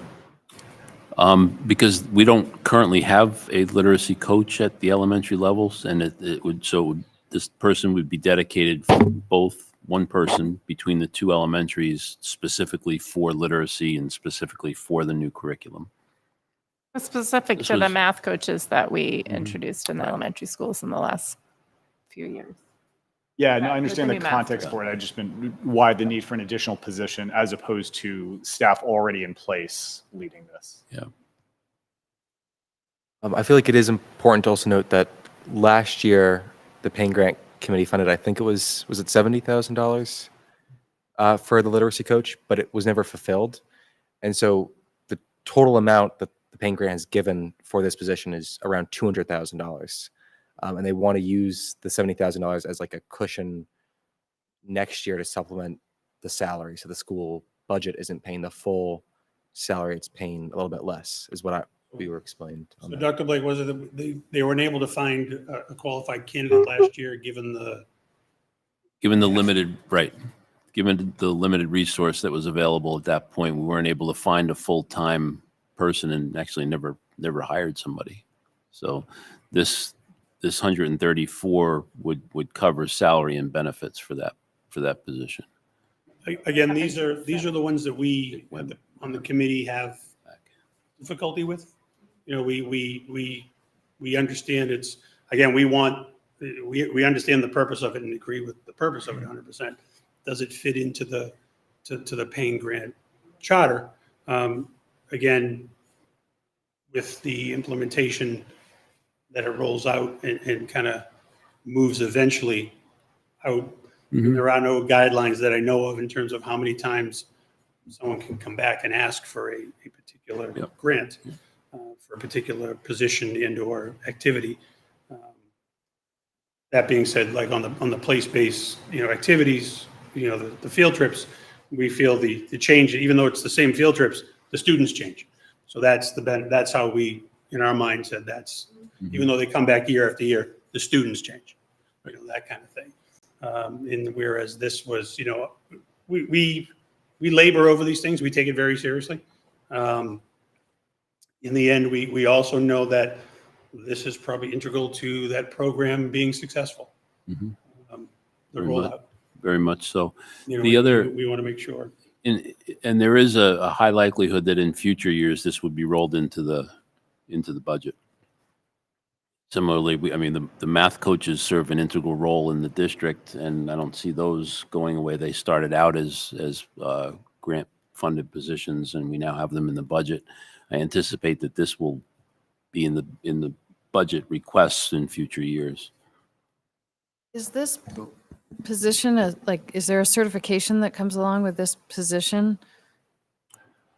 So it would be a certified reading specialist, somebody with a background in specific in reading, and we'd be looking for somebody with a familiarity with the Wit and Wisdom program specifically that we're implementing, and a seasoned teacher. And I think that was one of the problems that we experienced this current year. You may recall a year ago now, the Payne Grant Committee and the school committee approved about $72,000 for the salary and for salary and benefits for this position, hoping that this person would be on board at some point during fiscal '24 to help with the rollout and the unpacking of the curriculum and the initial trainings for the elementary.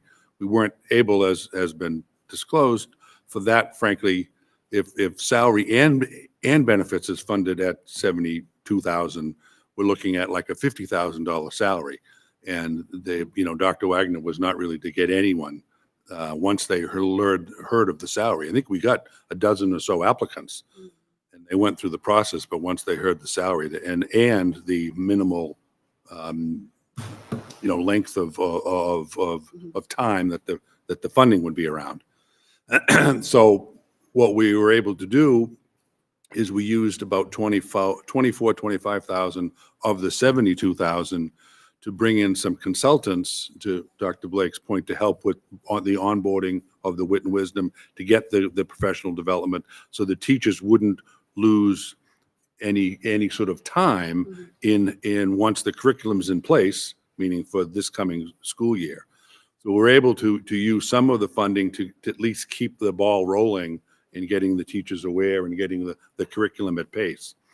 So we used it. So there's about 48,000 or so left unspent from the initial funding of the of the 72,000, and so though that funding could be supplemental to this to help potentially keep some funding available going into FY26.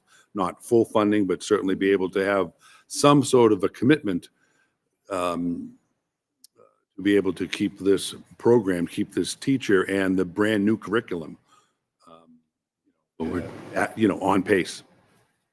So the $134,000 represents a salary and the benefits, with an appreciation that we're now looking for a much more seasoned teacher, an ELA or a reading specialist, and someone that has direct experience with the curriculum and in being a coach. That's a much more competitive salary, and we really feel strongly that we'll be able to bring someone on board. So just to clarify, there's about $50,000 left over from the last round of Payne grant The earmarked. current round from FY24, yes. We haven't closed yet. Yeah.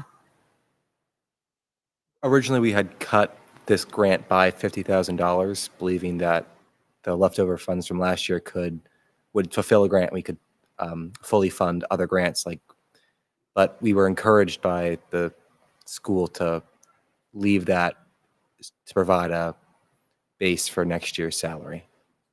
In hopes that they could come up with a 2-year plan, which would make it more attractive to, again, tell me, Right. I'm going to be quiet anytime. Yeah. Make it more attractive to hold on to someone for 2 years. I know that as I've kind of been watching, one of those weird guys, I watch the school committee meetings. I know that you guys are working on language for the grants where the money could be held over as long as it's used for the same spirit, I don't know, same earmarked category. But again, that's just something that and I don't know who would have to approve the new language or what's going to go on with that. And that's why I asked the question, because this question came up with the locker room, I call it a snack shack, addition to the phasing of the turf field, of how long does that money sit? Right. It's earmarked. So this is another example of. Of a year, of a year. I think sitting. that's one of the questions that we quite a have to difference. answer this summer. Yeah, definitely. So is there a plan in place to advertise and actively hire for this role now that this has been? We've already posted an anticipated opening, and I believe that Tracy is starting interviews. Pending approval, we can hire somebody.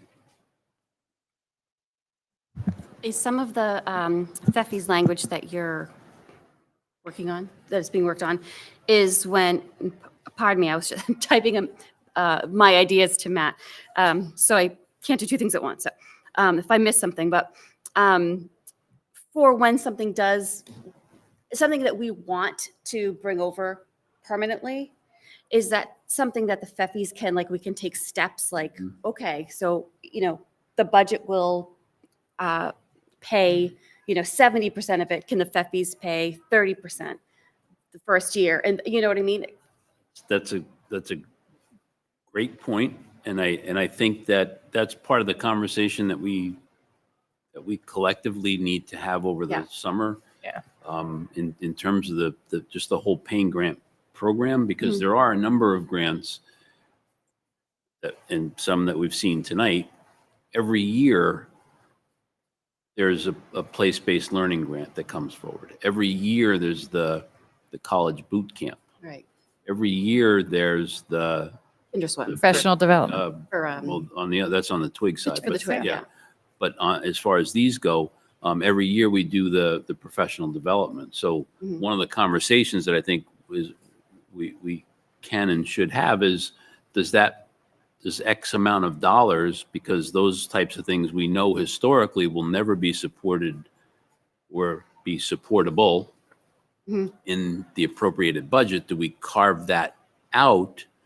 And then there's X amount of dollars left that would go toward these other types of projects. But there's lots of conversations that have to happen around that, but you're right. In full disclosure, this probably was the most contentious item that we voted on.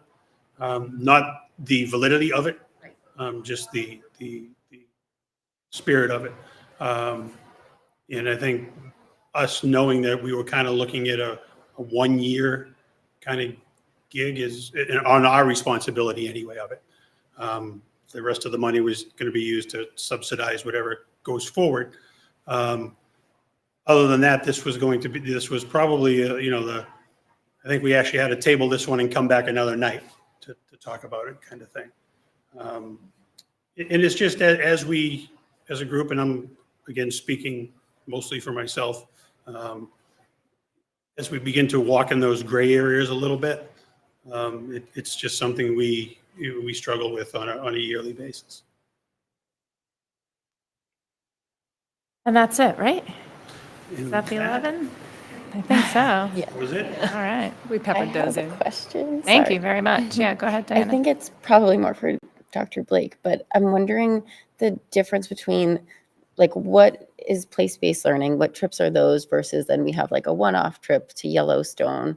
So when are there like these separate trips that come in as their own application and what's in the bigger? Yep, so that's another great question. A lot. We need like a full day. There are a number of trips that we historically do every year that are included in the place-based learning grants. I think in part because of the availability, the increased availability of the paying grant money, we're seeing more, sort of, to use your words, one-off grants coming forward. The Spain trip last year, the France trip last year, the Yellowstone trip this year. So folks are seeing that as an opportunity for enrichment for our students under the grant, and that is one of the grant purposes, right? And so they're proposing those grants that are different. And so one of the things that we need to look at, and we've started to take a look at, is I had put together a spreadsheet of all of the grants that we currently fund, all the trips that we currently fund. And, are they every other year? Are they every 4 years, like the England Said trip? that we will be expecting the band to come back to us. It's either next year or the year after. I lost track. The year after, because they go every for 4 a years. substantial So, grant for the trip to so England. we may, and looking to see if we can set up that, okay, next year, we did a Spain trip and a France trip this year. We'll do another one in 2 years, perhaps. But then it's up to the teachers if they want to do it. It's our current teachers, they enjoy travel, they enjoy taking the kids on the trips, but we may have other teachers in another point in time that don't want to do the trips, right? So we can set up opportunities, or a calendar that if you want to go, to Spain, we're doing this Spain trip in, 2 years from now. I'm making this up. But I can tell you today that in 3 years, we'll be taking another trip to England because historically we go every 4 years. It's been forever now, I think, that every 4 years we take a group of students over so that every high school student has that experience opportunity once during their career. I think it's something we need to look at holistically as a committee and think, I like the idea from a parent's perspective too. If I have a kid coming into high school, as many of these one-off trips are for high school students, you know, knowing like, okay, you know, I'm going to have 2 kids in high school, so I definitely have the England trips planned, but knowing what else might be an opportunity, you know, maybe I wouldn't have sent my kid to Spain, which I didn't, because I knew there was Yellowstone next year, you know, so I think having a kind of map that's So equitable and, you know, not only appeals to the music kids, but the language kids and the, you know, as many populations it as is we a can. big, and I'll take it one step further. Prior school committee members had concerns about not only the trips, but all of the other opportunities and activities that we offer, and just sort of looking at that holistically, you know, as far as sports, how many of our kids, and it's a huge percentage of our kids, are coming off the sports fields and getting on stage. And so they're paying for band instruments and band lessons, but they're also paying a $650 athletic fee, plus that equipment and those things. So I think we need to take a longer look at what all of those things are that we're asking parents to pay for, because We can't do it all, but Right. we can do a lot, and FEFI's helps us do a lot more than most districts, so. Again, so from our perspective, obviously, we like to see new things come across the table. And the fear obviously is that the number of the dollars dispersed is based off of how well the trust performs on any given year. And so to speak to Dr. Blake, to kind of chisel out the amounts we're going to do automatically is a little scary to me personally, in terms of then it just really takes away what the new and innovative things can be. Again, we like to see new and innovative things come across as requests. For lack of a better term, is the process to apply for a grant so daunting that people don't undertake it? We look at some of these grant applications and they're 6-7 pages long and is it something that can be streamlined so that people who have an idea or want to try something different have the ability to do it? For lack of a better term, we see some of the grants are retreads. There, you know, it's pretty cut and dry when you're going to do your place-based activities. You just kind of change where you're going or what the year is, and it becomes a point and click. And that application, you know, year over year, we do get a lot of applications for the arts. Again, an outstanding arts program here. We love to support it, but again, I think they've just gotten very good at writing grants. And I just wonder if just thinking out there, people out there who have the ideas, the task is so daunting, they just don't want to undertake it. Are we missing out on that? That's just me. That was a personal thing. It wasn't a grant thing. All right, so in the effort of, No, I Go was just gonna, I called up the place-based grant for this year, which is 143,000, just to help complement Diana's question. And it's broken down, and the field trips are available to all of the students. $25,000 is for Doyon, 25 is for Winthrop, 60,000 is for the middle school for all grades. There's 18,000 for the high school for all grades, and then there's the 2,000 for the math teams trips. And then there is a 9,000. Excuse me. There's 13,000 for all of the art and music trips that are available to all of the students that are taking art and music. So I think we don't support these presently, and probably haven't for years, in the appropriated budget. So if any or part of these were to go away, the field trip experience would either have to be dramatically reduced or somehow, complemented some other way. So I think this is a great point, that this is the fine intersection between the programmatic expectations and the financial realities of, Ted, you raise a great point about looking for things that are new and innovative. But is it new and innovative every year, or is it something, because how long can that have a life to it?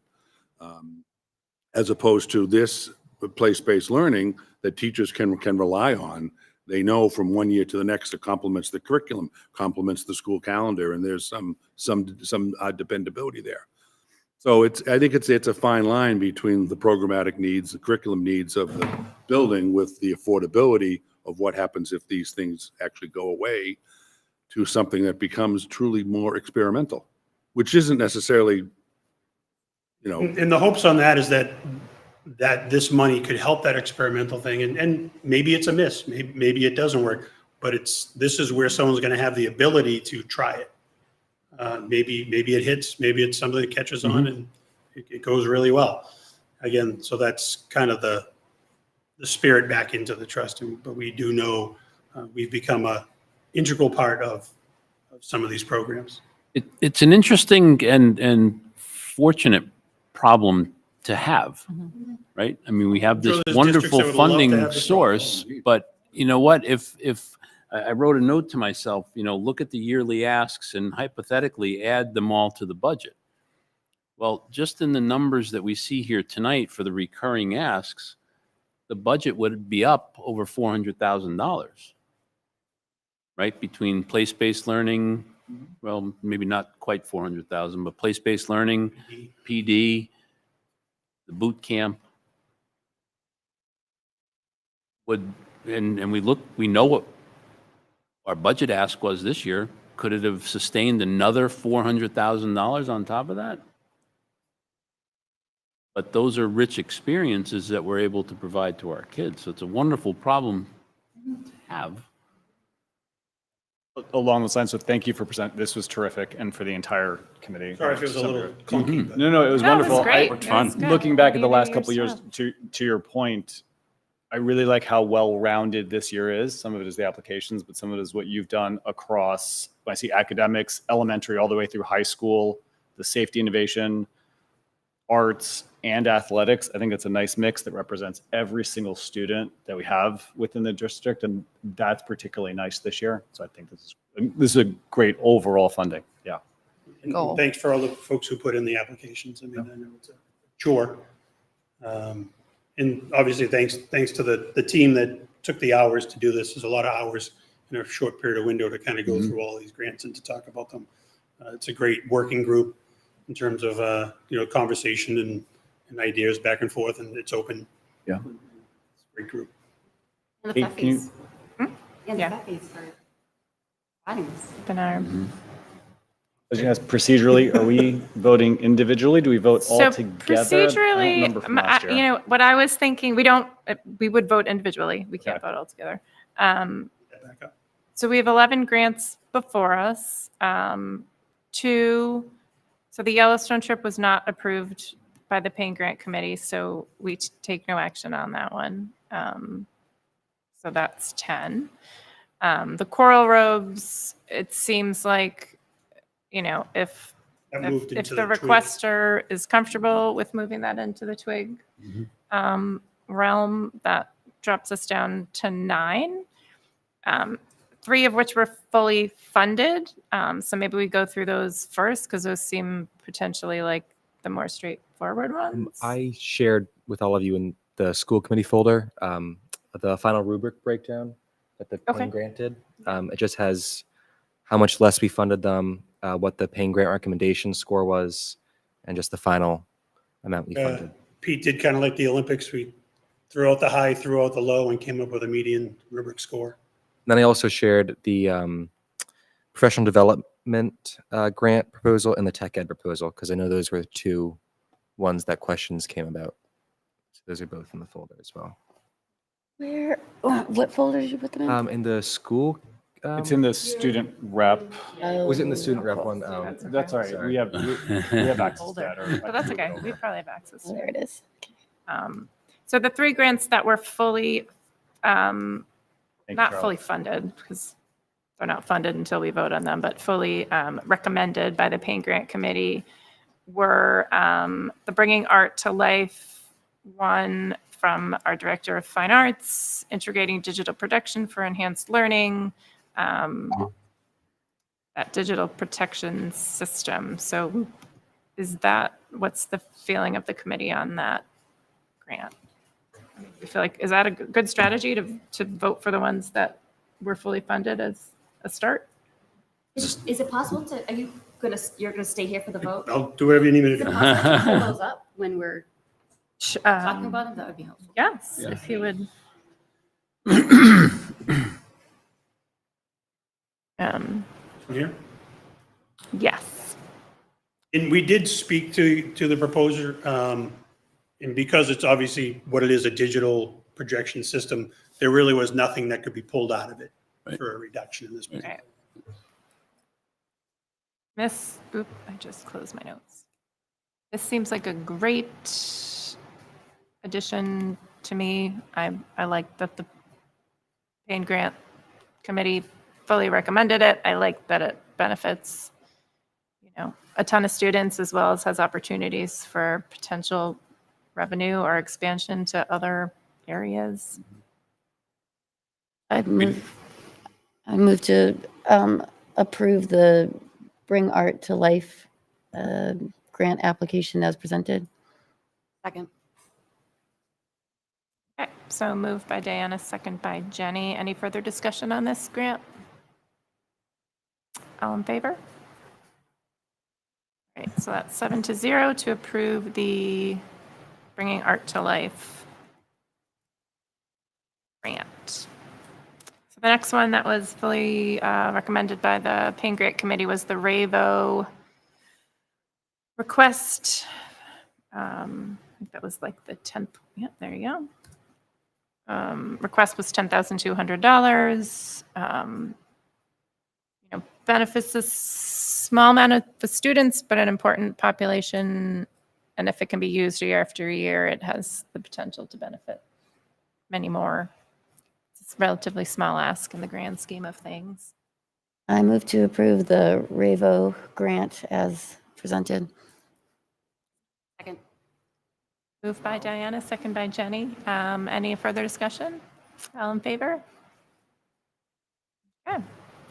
The last one was a literacy coach. Literacy coach at the end. I move to approve the literacy coach grant as presented. Second. Further discussion? That motion and second? Okay. All in favor? All right, cruising right along, 7-0 literacy coach. So that brings us to the ones that were recommended by the Payne Grant Committee, but reduced in amount. So I don't know how people feel about that. I do appreciate that the Payne Grant Committee didn't cut them down. That was a little bit of my concern originally. Conversations with the applicants. Yeah, and so the applicants felt, I hope, comfortable reducing these by the amounts. I don't know. I'm not loving the cutting all the grants down, but I do appreciate trying to fund more things. I'll just be honest, I do not support funding for the building at the Jack Welch Stadium. That might be unpopular, but I'll just say it. I think we funded a lot of that over the years. It's not that I don't think it's a valuable project. I just don't think it should be fully funded through the Payne grants. That's just my feeling. I think there should be, I don't know. That's just my feeling. Yeah, and it's a little slippery too. I mean, that we've had a lot of discussions this year about the impact of paying grants in a timely manner for those kids in that following year, or if it's 2-year, that this thing has sort of an open end to it, it makes me a little uncomfortable with it being used. The project itself, I think, is wonderful, and I'd love to get it on funded in a different way, but I'm not 100% sure this, for me at least, kind of fits within the spirit of pain. And I hate to say that, but Yeah. I think for what I'm seeing here is this is identified as the priority from our athletics program, as opposed, if you compared it to where our arts are going. When I look back, it's the only thing of a significant dollar amount that's been asked for, as opposed to we've had significant dollar amount asks from the arts programs over multiple years. And so if you look at it that way, I think it's much closer to on par with what they're doing, which is, I would say, gotten to a world-class program there. And I think if you consider it in kind, I agree with your point of if it was something we would spend and you'd see it next year, that would be terrific. The nature of this project is we're not going to build a field house within a year. And so I think that if this is their priority, I think we've got to recognize there's going to need to be some flexibility there. I agree. I would love to know that of that 170, we're going to spend 100 on architectural and then this on electrical, and that'll be done this year. And then we would know exactly what that plan is. I recognize that's not totally realistic. And so I share that feeling, but knowing that this is really this is the only path forward with it, I think it does make sense to fund, especially because it needs to be done incrementally, which will be over multiple years for a project of this size. I guess I just don't agree that this is the only path forward. I don't know. I think there could be. I'm sorry. I just don't agree that this is the only path forward to fund something like this. I feel like it could be, I don't know, corporate sponsor, fundraising, private donor, matched. I think that's fair, That's but just my feeling. you also could say the same about the instruments or the digital background equipment. Yeah. Right. I think so again, I agree. I think that as the priority coming from the athletics department, this is where they're looking to spend that. I've got to take some, give them some credit for that. Sorry. No, not at all. Sorry. Go ahead. This is probably the first, perfectly honest, athletics request I've seen in 3 years. Yeah. Of any kind. Mhm. I don't know why that is, but of any kind. Yeah, I don't know. And maybe it's the chore of getting these grants off the ground. Yeah, no, I think there's some validity to that. I think that there hasn't been any paying grant requests for the building project in several years, but in part because the previous paying grant committee said no more, that they wouldn't support it anymore. I haven't seen But the other piece, though, too, is that fortunately, Ipswich has the Ipswich Education Foundation, which in the past has funded quite a bit of things for the athletic program. Not necessarily in recent years, I want to be clear about that, but in prior years when they were doing the golf tournament every year, there were scoreboards and different equipment, basketball return equipment and all sorts of things that were purchased. So it never came through this program, but did go through the IEF, who had a significant athletic silo, if you will. And now they also have the sustainability, which funds a lot of projects. They have the strings program. It was through them that the Stephen King Heritage Collection to the music program was added. All that came through IEF and IEF donations. We could also point out that in 2020, when Sean Fitzgerald first came to the paying grant committee with the now basketball court and outdoor learning space with the tables, that took a long time. He had to come back for more. And it is absolutely an enhancement of outdoor space related Yep. to educational Sure. Those programming courts are and used recreational all the time now. programming and athletic programming. And I think as far as a a path forward. I think this committee has put a lot of time into shrinking down this project and looking for the path forward. We have now an architect that's doing this pro bono that scaled down a very, very expensive project. And they've come up with a number that they're asking for so that they can then seek other avenues of donations. And I think this would get them over a hurdle. And this isn't just for a football team. This is lacrosse, this is soccer, this is outside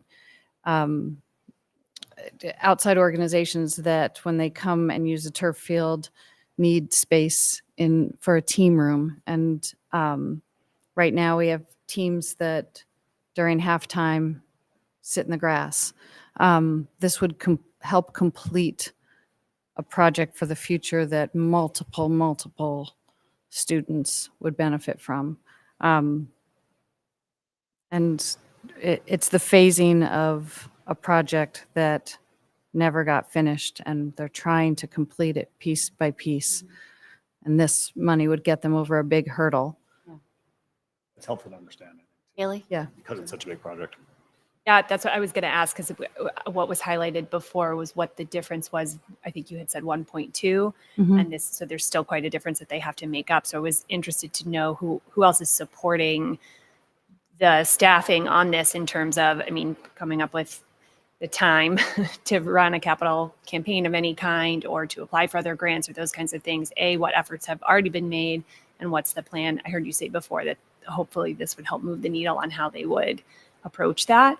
So I was just curious to know who else is supporting. Are there parents or other people other than the athletics department who are? All the booster organizations that obviously use the turf field or that facility in general are behind this in terms of looking for future ways to raise. Also, I think part of the intent of this was if there could be new life breathed into the process, then do we go to a large corporate sponsor, forgive me, the bank, whatever. Now you say, look, we're now this much closer, and the number we're asking you for is actually going to complete this. Mm-hmm. Now, will they come up with that? Again, I don't know. But it's just kind of to be able to go back and say, we're now this much closer. Can we now finish this deal, push it over the end? Was the initial thought going like for the first pain grant that the pain grant was going to be a place where they could keep coming back? Is that why they, were like, okay, we can do this because we can keep going back to the pain grant for additional funding? Was that the idea? I don't think anyone ever counted on that. Okay. Is it a possibility? Would it be nice of that? Absolutely. But I don't think anyone ever counted on that. Okay. Okay. In terms of saying, well, look, we're going to be back here, much like, we're going to be back here in 4 years looking for more, Yeah. for another trip or whatever. Yeah. It's not going to be kind of like that. Right. We're trying to get this and to be able to breathe life into it and to get things over the edge. We have a very knowledgeable, strong committee, people way smarter than me on the committee. And I think it's just, it's something that just needs, if you look at it even from the community perspective, to have working restrooms on graduation day, probably would have come in handy. Yeah. Type of facilities is what we're talking about out there. And we've pared it way down from what was the Taj Mahal of field houses. Mm-hmm. The booster clubs would need to outfit the snack shack. We that wouldn't be a capital expense from anything that comes in the building. So in terms of equipment that's needed inside the snack shack, but it would be nice to be able to have sanitation and, serve safe stuff and be able to just kind of do things in an appropriate manner. Sorry, so just what I was trying to drive at before too is what action has been taken so far in terms of already making requests for corporate sponsorships or other grants, or have those things already happened to some extent, or is this the thing that people were waiting for? No, this is the thing we're waiting for. Okay. I have one question, sorry. Or you go. You go ahead. So I have a brief history, just so people can appreciate some of the paying grant contributions. In 2016, $150,000 was set aside for this. 2017, 250,000, in 2018, 150,000. Those dollars are still in escrow, so that's a total of 550. If we were to complement this with 140, that would bring it to 690, and just shy of 1.1 million, or just over 1.1 million is the estimated cost. In the athletic director's proposal, that it speaks to likely asking next year for 250,000 from Payne again. At least that's what the proposal speaks to. So the thought is that they would come back one more year for an additional 250? Again, that's what the proposal, speaks to. So that's just a little brief history there. Obviously, phase one, as Dr. Blake said, is well completed and underway. This is phase two, right? Concession stand, bathrooms, team rooms, those sorts of things. Okay. So that was my question. I'm glad you went first because you answered it. How confident are we that this is the last ask from the Payne Grant Committee for this building? So we're not confident this is the last ask. I couldn't predict that. Well, it sounds like it's likely to come back next year for an additional 250. That's what the proposal says. Okay. I don't know if the Payne grant would fund that though.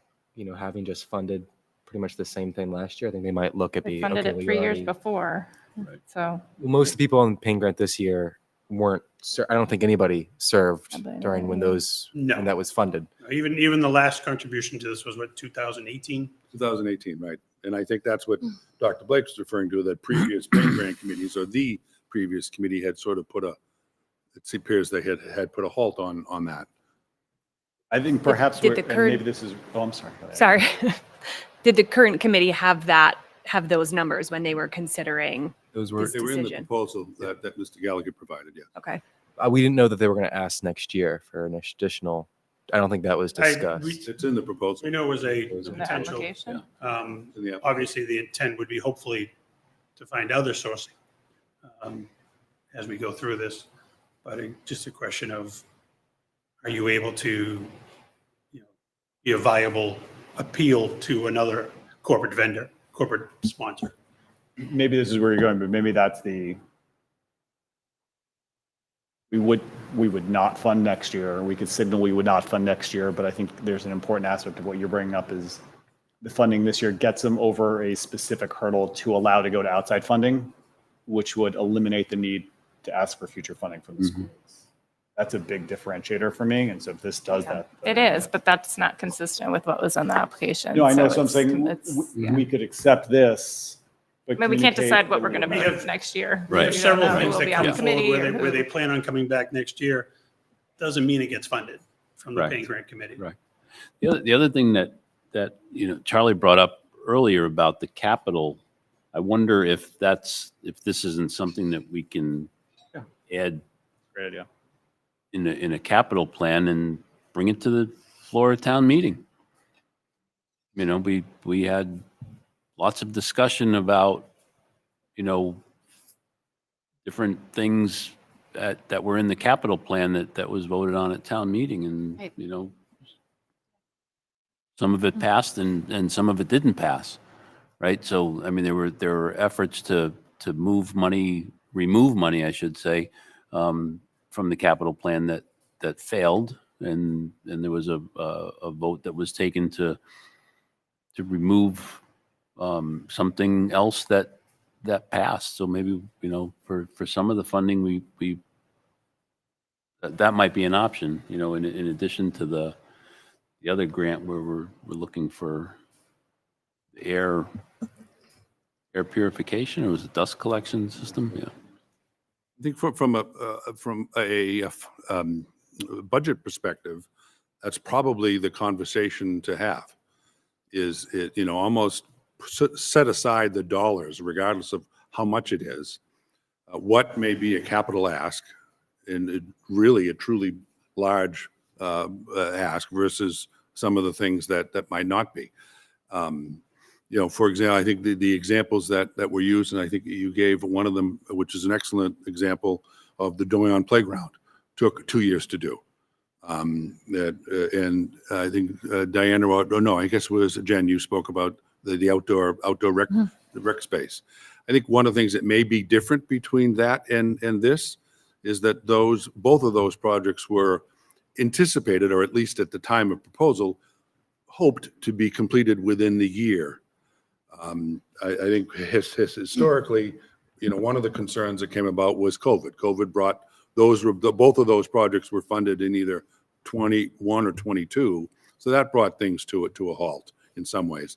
The other things I think that's probably fair, certainly the outdoor learning space, because I was here last summer for that one, working with Sean, is the estimates for the work came in well above what was anticipated. But it was hoped that those projects would be completed within the year's time.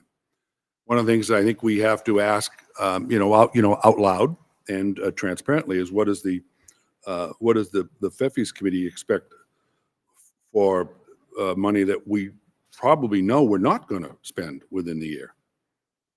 I mean, and that's a concern that I have as your budget director. What am I supposed to? Where do I put that? And so I think there's some really good big picture conversations around this. What's capital? What belongs on the floor at town meeting? Dr. Blake's point, and what is really complementary to the needs. And this was probably up there with the toughest one for us to wrestle with. This and the literacy coach, again, kind of both falling into that same category. Is this something that's going to be inside the guidelines of what we anticipate? I think this was based on what this was going to bring to enhance the outdoor facility, to enhance for the athletes, to enhance for the general public, with what was going to go on out there and what we hope to use those facilities for. Again, like we said, this was probably, I know it, certainly in the 3 years I've been on the committee, this is the very first remotely athletic request that's ever come in. I haven't seen, I think at one point we had something about redoing an aerobics room or something that was actually withdrawn. It never actually came to vote. I'm going to stop maybe- that. I think that was brought forward and it wasn't Heard funded. Okay. Yeah, We heard it. and it wasn't funded, but it did come forward. Yeah, we heard Yeah. it. So Wasn't withdrawn. Sorry, Brian. There's clearly no language as of right now, which is, I know what we're dealing with a lot with these grants, saying that they can't keep coming back, which of course they can. But I just feel like they would be grandfathered in a way, like if there is language about like a multi-year project, building, or that that's not something that can be funded by the FEPIs, or it can be a one-time thing. I think that's language that could be something that we add in. But I feel like we've already been moving along with this project. That This project goes back to the day they stuck a shovel in the ground to put the turf down. yeah. So I feel like I would vote for it. Does it have to be unanimous, or is it? We are ready. No, Okay. we're ready to, are we ready? Do you have a question? I do have a question, I think probably for Tom. When you say that like the 500,000 that's already, been given is in escrow, where is it back with the FEFIs? Is it in a separate account? It's in a separate account, so it's accounted for in our accounting. The money has been actually returned to FEFIs.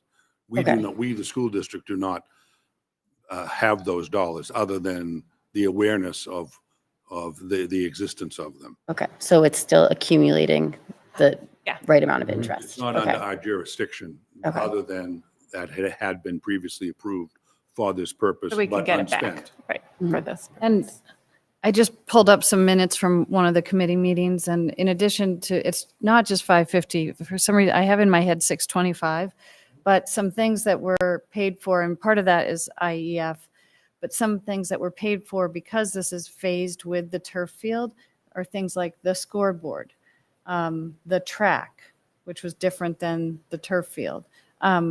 So this is just part of the phasing, and those things have been paid for, and now we need to get this completed, so they're coming back for more. I just wanted to clarify too, you said that the initial funding for this was dispersed in 2016, is that right? It was received. Received, okay, so we're going on 8 years of this. I mean, it feels a little bit like an order of operations thing in my mind, again, like in talking about what we encountered with the playground. We felt before we came back for a second request for phase 2 that we needed to make an effort to do some of that fundraising, which we did, and we anticipated or hoped that we would get more than we did. But then we were able to at least say, we've made this effort, this is what we were able to get, and now we're coming back in good faith to show that, you know, that we've done that. Absolutely. And now we have a need to close the gap that we weren't able to do on our own accord otherwise. So given, and again, that was an 18-month timeline really that we were working on. We're talking about an 8-year timeline, and that hasn't happened at all. That feels a little surprising to me. So I think part of that, I don't think we can ignore the COVID years where it literally was shelved and we didn't, 2021, maybe 22 didn't even look at anything like that. But to Sasha's earlier point, 2018, that was, I think, the year after, right? Maybe a year or two after the stadium opened, right? Because I think the stadium is, what, 8 years old now, 7 years old, I think right? So, Okay, are we ready to take a vote on this one? Or do we need more information and can we vote next? Like, do we want to find out What what other- Kevin's saying, like what they've raised themselves? Or no? I don't think they've raised anything themselves, Jen Oh. said. no, Oh. I haven't. Oh, And again, I would just say in terms of from the paying grant committee side of things, anyone can come and ask for anything. Right. Doesn't mean they're going to get it. I mean, right. we know that in a number of years, there'll be an ask back for a band trip. It comes every 4 years. And it's going to depend on what's available on that given year and the temperature of the group and whatever else goes on. A lot of times things are presumptive, but it doesn't always work out that way. Anyone like to make a motion? I'll move that we. Get the right grant up on the screen. Yeah, the right. Oh, I Rose. don't know. It's number Discussion required. 3. Next one. It's number 3. I don't know if it's slide 3, but it's the third one you presented. Or maybe it's the second one you presented.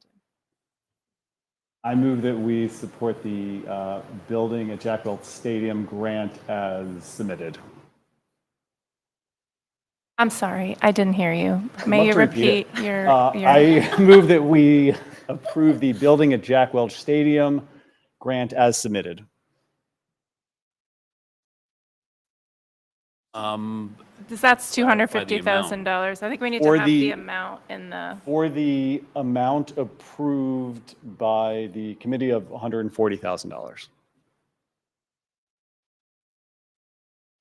Second. Okay, so motion by Sasha, second by Jenny. Any further discussion? Another procedural question, I guess, about the money. If, let's say, 3 years, some amount of years go by, and then we never hit that 1.2 or whatever it comes to, like, do we have a process to then, that 500,000 or maybe soon to be 600,000, how do we get that back? I think that's a discussion for this summer. That's part of that bigger discussion of what happens with return funds. And we need a better, firmer policy in place that we can talk about this this summer. And the FEFI, whoever we put on the FEFI policy working group is, we're going to have like timelines of deliverables and we're going to refine this policy. But I don't think we're going to, it's just not going to be applicable to this To grant this round. and because we Kind of like, have the we're policy in we it. have. But it's not gone. I mean, it's Yeah. money that, we can get it back. I mean, if something never gets built, I don't think it's going to forever be earmarked for that project. It would, I imagine we'd have to return it to the I don't know. They actually have it, don't they? The They have the money, yeah. currently possess the money. And I think a perfect example is last summer for the other funding, the remaining funding that was needed for the outdoor recreation space. We asked the FEFIs to support that. I believe in the $90,000 range is what was necessary at that time, and they funded it with what they considered to be returned funds that were already at one point made available to the schools, but because they were returned, but still sort of appropriated. So that's how the rest of the outdoor learning space here at the middle school got funded. Yeah. By asking FEFIs to complement what they already gave. All right, so we have a motion on the table and a second. All in favor? I'm abstaining. Abstain. I'm on that committee. It doesn't matter. I'd abstained during the I'd grant. abstain during the grant I think process. Oh, did she? Yeah. Probably a good idea. You didn't vote on the Payne grant, vote the first round. Wouldn't you be able to vote this? I mean, you weren't part of the, You weren't For on the this one. Payne grant. No, she's on the, He's on the turf field. yeah. oh, then vote if you want. I don't know. But I think, if I may, I think it's the right call where I think, Ted, you kind of put it out there for the committee to decide because you felt it was a conflict where you're on the committee. I think it's good to mirror that consistency. Let's start over. There is a motion and a second on the table. All in favor? 3. All opposed? 2. Abstain? 2. So passes. No, it fails. Fails. Not a because he majority. abstains. Okay. Okay. Did you vote for it? You voted Yeah, for it. but it's still not a 3-2, majority 0. of our Oh, voting members. You need a vote 3-2-2. for. okay. I see.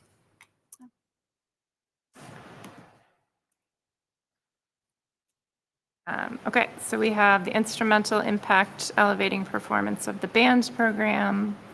All right, Kate, just before you move it, I think funding aside, there's clearly support about how we might move forward. I think there's further conversations. I love the suggestion about, additional funding options. So we'll pick that up at future meetings outside of the context of this. Before it loses, it flees my head, the 500 or whatever the number is that's already been appropriated, could that be used in conjunction with the capital expense? So in other words, capital would need to cover the difference? Yeah. So this is one thing that we've talked about at the committee. Because it's a building that's on school property, we need, there are parameters around what these funds versus capital funds can pay for. Because with school district funds, it would be capital funds. You would have to look at prevailing wage and things like that. So I think part of the thinking was that any of the FEFI's money raised would buy materials. Mhm. Right? Jen, am I? Yeah, I believe the Isn't that what thought we was talked that about? we could buy materials outright with FEFI's funds. Yeah. And Not the capital would pay labor. Right. Permitting, that kind of thing. Yeah, because I think just because I didn't feel it was appropriate for this particular thing doesn't mean I don't support it. And I would love to see if we can make this work somehow, because to Sasha's point, this is a priority of the athletics department. And I think we owe it to all the athletes and beyond to try and see if we can make this work, even though it didn't work here necessarily. There's been conversations around, like my words, community build kinds of things. And so you have to be careful with the trades and the licensing and liabilities and things like that. So it's not at the same level as the playground build. And I think even the playground build, the company came in and did a lot of the technical work, and parents, and the same thing probably with the Winthrop playground years ago. The parents did a lot of the Spread the mulch. groundwork, I think, right? A lot of Did we mulch. spread a lot of mulch? Yeah, I agree with your statement and your sentiment as well. Okay, so now we have 1, 2, 3, 4, 5 left. Because that one didn't pass, we have the opportunity to bring those grants back up to the original requesting amount? Do we? I don't know. No? That here, body. Right. Can't hear Can you. we do that here with this body, make that decision? I don't, I mean, let's do a mental exercise. Would the inverse also then be true? If we thought it shouldn't have been funded to 140, it should be funded to 120? In other words, if we can go up, do we also have the power to go down? I think this is the sticky point we Have we talked done that about with before? what the paying grant committee approved. We have to live within that parameter. We've gone up. So but we've gone, I'm trying to think if we've gone up. I agree with your question in that, and to Ted's point earlier, this is the first year we've had more asks than we've had funding available. So I think, and I'm not even certain of this, if there was a grant that was approved at X dollar amount, by the paying grant committee, I'm not sure if the school committee has added to that. I know that the school committee has denied grants because I think years ago, wasn't it the website grant was approved By the paying grant committee. by the paying grant committee, and then it came to the school committee, and the school committee said no, or maybe it didn't pass it's the only one that comes to mind One right I can away. think of is, I feel like a couple of years ago, Winthrop submitted a fair amount of, 2 or 3 grants that we approved, but we wanted to also extend it to Doyon. And I don't know if they took it up. Do you remember that, Laura? That was just last year, okay. Which would have increased the amount if Doyon had agreed to participate, but so I think we must have approved more money than they requested, because we were trying to be equitable and if we're going to offer something to one school. So we have gone up. But I don't think that took money from something that was denied. I think that was money that hadn't been, in other words, the ask was less than what was Right. That was available. my earlier point. I think you just took it from the extra available money. Okay, that makes sense. Yep. Because I think that could be a concern if the precedent has started to not approve Things to fund one other things. and then be able to give other grants more because we. Well, we're giving them up to what they asked. I'm not saying to give more than the initial request. I was just thinking we could potentially bring things back to the original amount requested, but we don't. That doesn't seem like Yeah, this especially body for the- can do that, because then you end up voting down one thing with the intent to fund something else you like better. Right. I think Received. the FEFI committee working group at least talked a lot about trying to maintain the individual integrity of both. Right. And I think the idea is wonderful, right? Obviously to fund these things, but at the same time, I think it may be a dangerous Yeah, I would. precedent. Yeah, I would. I think that's Particularly I think that's with something fair. that has been voted down. and I think given that those submitting the applications were part of the conversation to reduce and found a way, I feel Right. comfortable. It's not like the grant committee had just Right. made that cut themselves. I like where you're Yeah, going. I I think mean, it fits they into originally our broader requested. conversation. Right.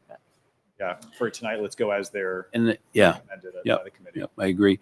And the other piece too is I pulled the existing policy up, and it's not clear as far as this piece goes. So maybe that's something for us to consider moving forward. What that looks like, because there aren't clear parameters around it. So It's going to be a long summer retreat. Yeah, it's gonna be long. It's gonna be like a weekend. It'll be great, guys. It'll be great. It's going to be, I mean, it's necessary, but I just think there's so many things regarding all of this that we have to get our arms around and fast. Well, I think it has But been said before about the FEFI's funds, right? We're so fortunate to have them. This is a good problem to have. And Yeah. Right. And it appears we haven't had this problem before. And the lack of clarity in the policy doesn't help, get us to the next step. But from the business office side of view, we desperately need some clarity around these policies. Let me just, and I have no oar in the water. So regardless of what you do, if you act upon the proposals as presented, you will leave $110,000 on the table. I'm just pointing that out as your math guy. I was just going to ask that. What is typical? Like, because you preface the presentation by saying that you haven't been in a position to not be able to fulfill all requests in the past. So typically there isn't money on the sometimes we table, right? just, even the ones we deny, the money just goes back to the FEFIs. It's my understanding There that is money on the that the table. 140 would just be returned to the FEFIs to be reinvested and be part of next year's disbursement. Which is different than unspent funds, correct? That goes to a different, That goes to a different doesn't go bucket, back to the right? corpus, it goes back to In the. theory, we could also ask them not to give us, because we don't have the money yet. We could ask them not to give it to us. Oh, right. I mean, why would we ask them for money that we then was going to sit in our account for 10 Yeah, months and this then is give how it much back? we're And able to get, but then we tell them. we're not going to get the check until the end of June or maybe the beginning of July. So just some of this is still falls into the procedural, how do we move forward? Let's maybe Right. hold those, keep going with the voting Keep on going, the one more additional- comment. I want a playbook, man. I want a playbook. We'll We get all one. do, we all do Did talk. nothing like it. All right, What's so one more question, do you have a question or a? I just thought that I think it makes sense to move it back in the year, like in March. That way, if the school committee like doesn't fund something, they can go back to paying grant and they can reallocate. Yeah. Because we made yeah. decisions based, we went back to people and said, can you cut based off of, we want to fund everything. So if you Right. do it earlier in the year, then we can come back and say, we have more money to spend. Yeah. Can you increase your grant or like, Yeah, we don't have to. yeah. plan. Yeah, I think in terms too, we always want, from fiduciary side of things, we want people to ask for what they kind of absolutely need, Right. right. and Yep. again, when you go back and now you can, just a somewhat perception, somewhat procedural. We want people to, sharpen the pencil, come to us and, Right. one person actually said, well, I just figured I'd come and ask.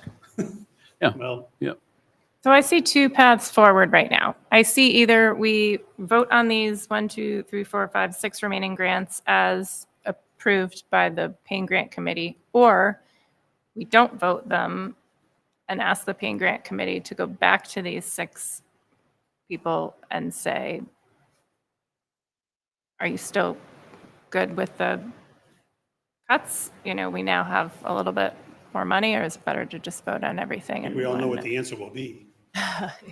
They'll And they'll isn't it, take it. it'd be 8 too, because we cut out we cut out Yellowstone because there were so many grants that we didn't want to fund one that only benefited 13 students. So we go back to Yellowstone and say, well, now we do have the money. Yeah, no, And those, All right, no. but they didn't No. approve that, so school you didn't committee approve has that, no, we Right. can't even. but now that we can't have more discuss money, it like I and vote it.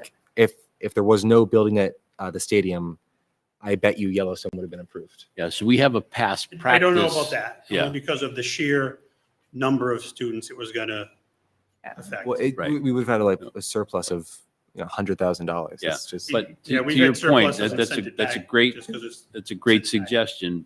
That we have a past practice though, that if the paying grant committee doesn't approve a grant, then the school committee doesn't. We have established that the school committee doesn't have the authority to then fund that project okay. because it takes away all authority from the paying grant. We're just going to do whatever we want. And what's the What's the point of sense having in the have- pain? right. The pain. So that But you're- one, what so you're that one won't come forward. You're just saying that your process in terms of the determination would have been different had these funds been Yeah. right. Like me personally on the grant, like I think knowing that it wouldn't have been approved, or if I had the extra $100,000, I would have voted in favor of Yellowstone, and I think some other people might have been inclined to vote in favor of that as well. Yeah. Well, I also think too, where there was a safety concern about the I forget which one it was, Hood. sorry, but yeah, so if we're talking about something like that, that would have been addressed probably differently than some of the others where they could have trimmed costs in other ways where safety wouldn't be in question. So that feels like something So that, if I can make a suggestion, I think that at this point, given the discussion, and given this is the first year, to Ted's point, that we've had more asks than we had funding available, I think there's a lot of lessons learned here in terms of what work needs to be done moving forward to take all of these different pieces into consideration. Can I suggest that we approve the grants? Well, take that back. Can I suggest that we vote on each of the grants that are left with the amount that had been approved by the paying grant committee? And so then I'm not these excess convinced that there's funds not would other go- ones in there that may not have support. I don't know. So So then these excess funds would go back to the FEFIs. back to the FEFIs, yeah. Right, but Well, and Wouldn't get yeah, dispersed. so I'm going to muddy the waters a little bit more. Sorry. In that, when the paying grant, when the FEFIs give us the overall amount, right? The school committee made a determination to separate that 75-25, right? 75% to paying grants, Right. 25%. And so if there's excess funds, I don't know that, I haven't seen all the twig grants and what the outcome of that was, that I have it in my mind. But if because that's 2 cycles, so there may be there's a potential that in the spring, there could be an over ask, or in the fall, an over ask of the paying grant, of the twig grants. I don't know that that'll happen, but it's a possibility. But the overall amount is, I mean, with that being said, would the twig grants that were then declined get reconsidered as well, or? Once they're voted on, but it's the next, Mhm. could affect The next the cy- fall the next cycle cycle. of twig.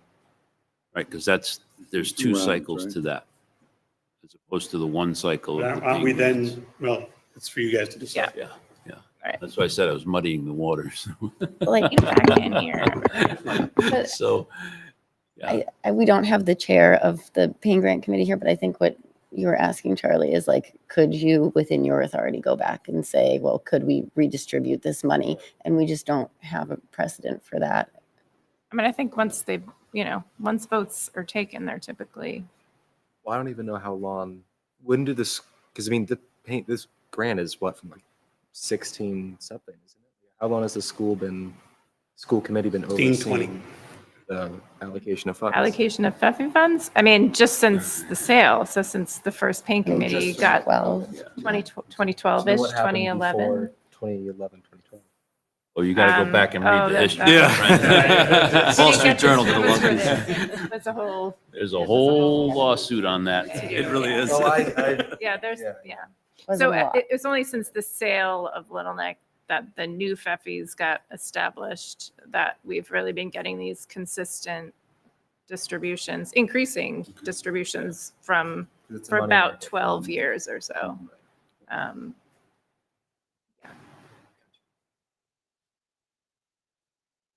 Okay, I'm going to take advantage of that lull in the conversation. So people are okay with that, to take votes on the remaining Yes. grants. All right, so let's vote on the instrumental impact elevating performance of the band program. Oh, it's already up.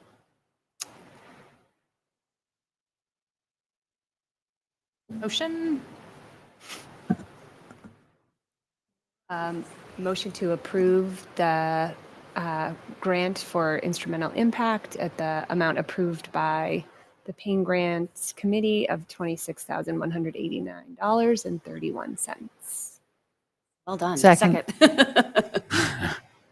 so motion by Haley, second by Jenny. All in favor? 7-0. Professional development. I move that we approve the grant for professional development for the amount approved by the committee of $130,440. Second. By Sasha, second by Kate. All in favor? 7-0. Enhancing safety and innovation with 21st century workspace. So this was the tech ed wing. I mean, this is the only one that I would potentially suggest we don't vote on tonight, just because of the, I'm hesitant about the air purification system. I mean, we have a set capital plan for next year. We put it on a capital plan for the following year. It's too little, too late. So I don't know. I'm not. Or is this one where they could make the exception and go back as a committee because those other funds were left on the table to make a singular decision? No. I will say the committee didn't fund it fully in part because we thought the air filtration was a capital expense by the school. Like the tech rooms where there's saws and cutting and particles should have filtration already, and there just isn't any.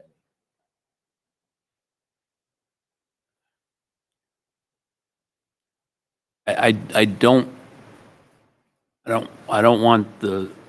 think the school committee should pick and choose which grants should go back to the paying grant committee. So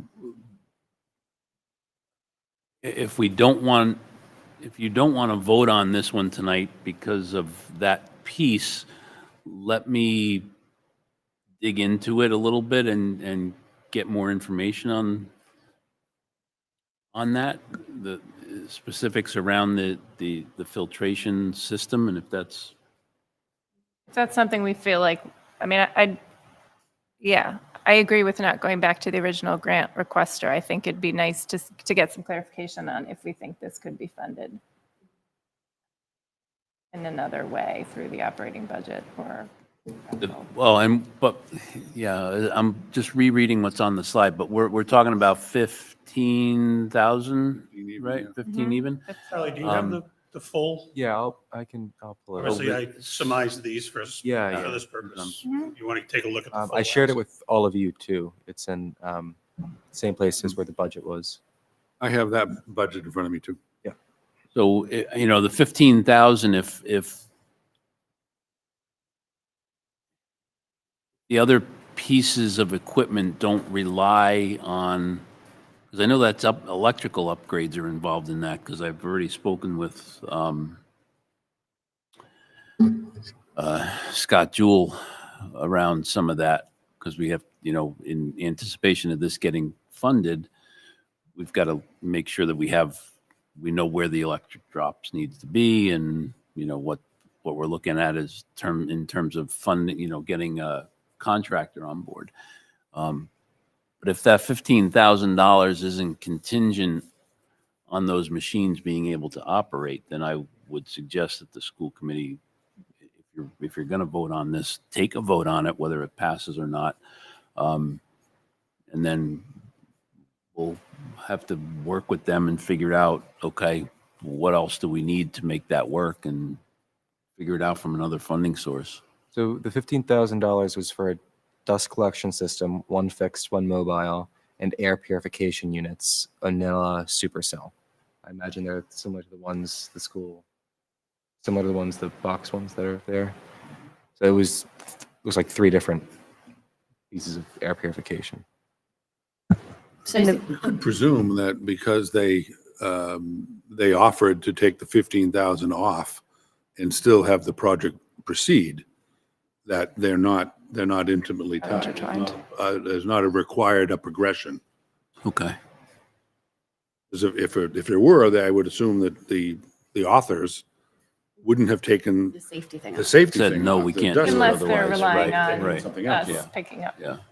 Well, that could be. That hasn't been. Yep. Is there any way to glean that from the equipment that we would be approving? I mean, not that any of us have that technical. I don't A lot of the equipment that's being approved is just replacing the 20-plus-year-old equipment that's already there. So it's just a new it's a new email. There's already an email there. So I don't think it would create no additional equipment being added, just replacing upkeeping ones. You said that earlier. Yeah. I would take a vote on it and Okay. figure out the 15,000 with them.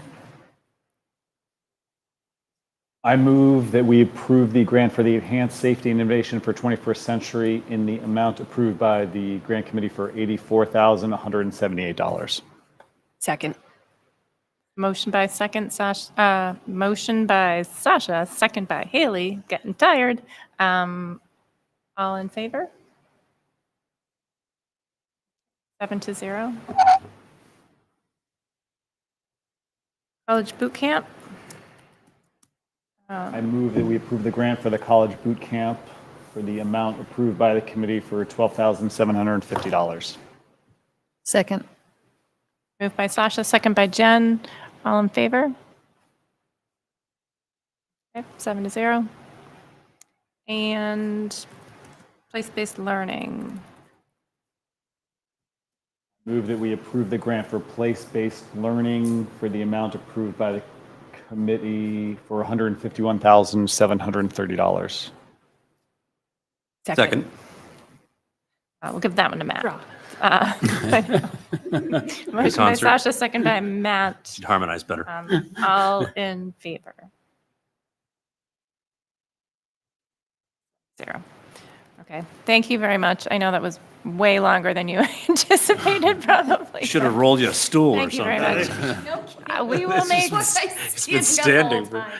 we will make a very concerted effort in conjunction with your committee to move this process up next year so that we have a little bit of time to either spend more than one meeting on it or have a little more back and forth if we have questions or clarifications. But I appreciate your Thank you all for your time. time and thoughtfulness.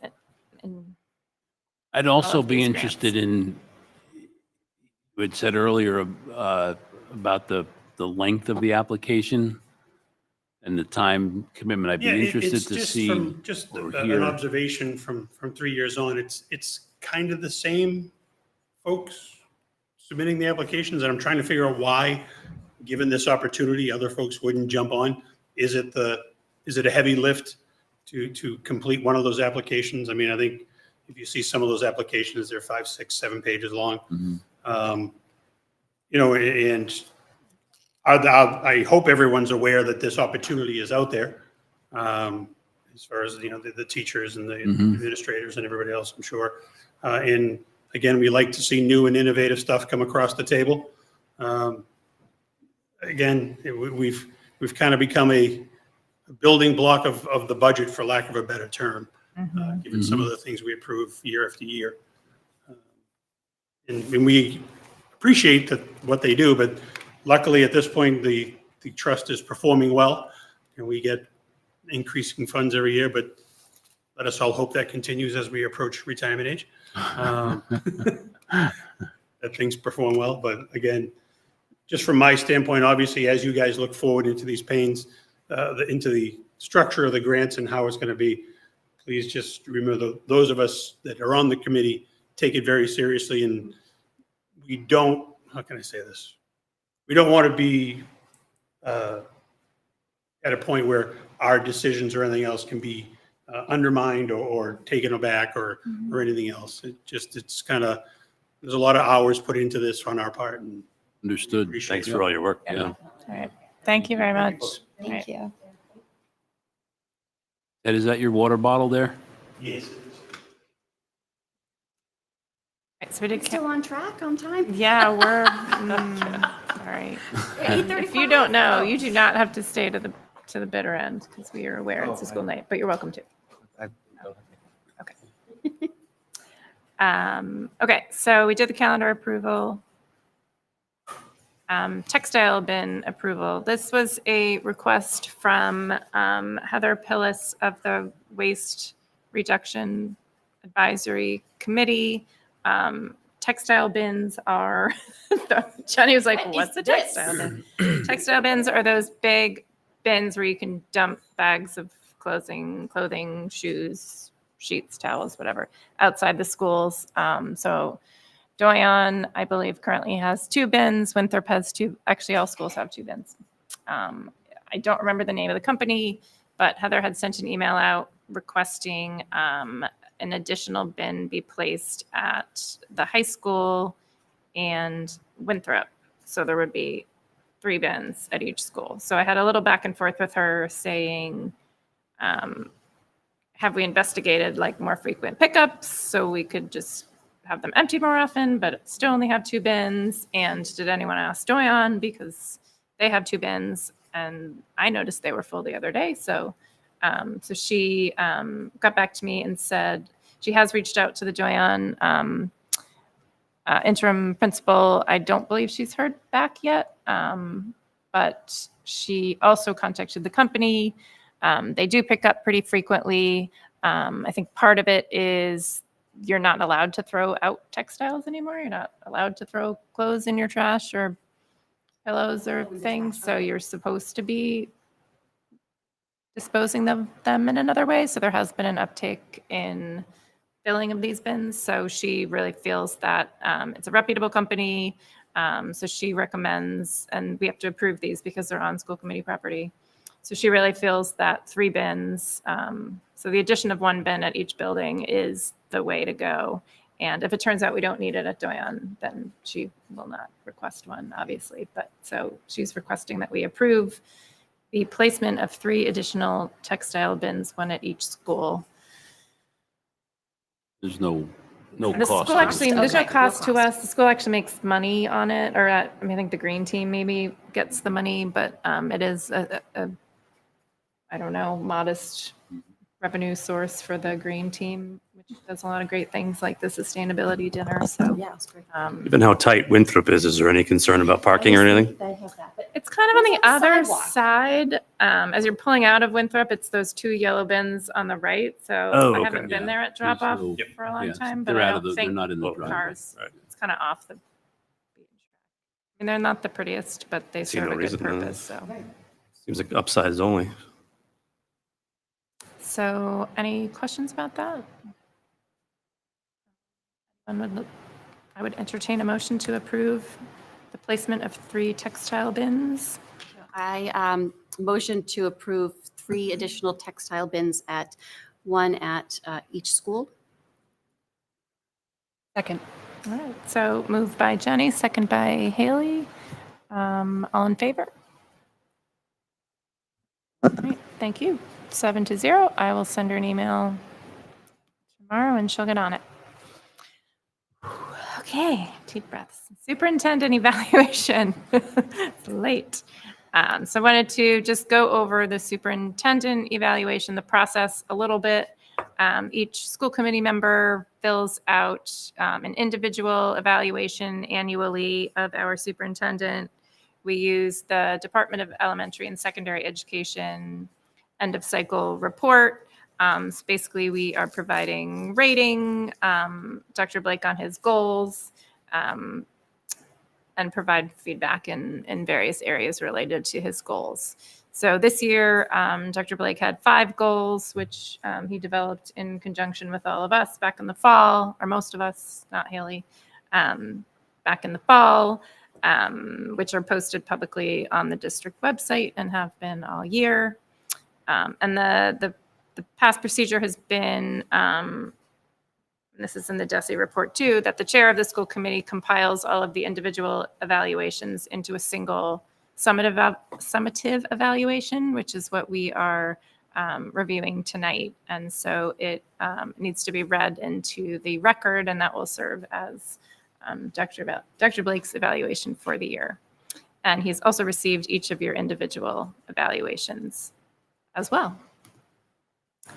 So without further ado, I will read this very long summative evaluation of Dr. Blake for the 23-24 school year. So this was completed by Kate Elliott, chair of the Ipswich School Committee. It's long. So the end of this school year marks the completion of Dr. Blake's 7th year as superintendent of the Ipswich Public Schools. He continues to be a proficient and capable administrator for the district and has made significant progress towards achieving his goals. In the past year, Dr. Blake's presence was felt as he oversaw the rollout of new state standards and curriculum, managed the hiring of new administrators, and worked with them in delivering a solid budget.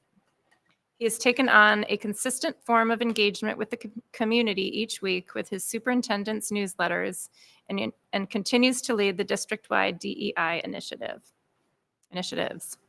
His constant presence at school events, meetings, and performances is stellar and appreciated as it makes a positive impact across the district. We appreciate his hard work and dedication to the Ipswich Public Schools. The role of the superintendent carries the weight of endless responsibility. It continues to be a challenging environment in education with behavioral and academic ramifications from the COVID-19 pandemic still present. We can sympathize that it must be frustrating to have families and community members regularly expressing their frustrations or unrealistic expectations of the superintendent role. Some general comments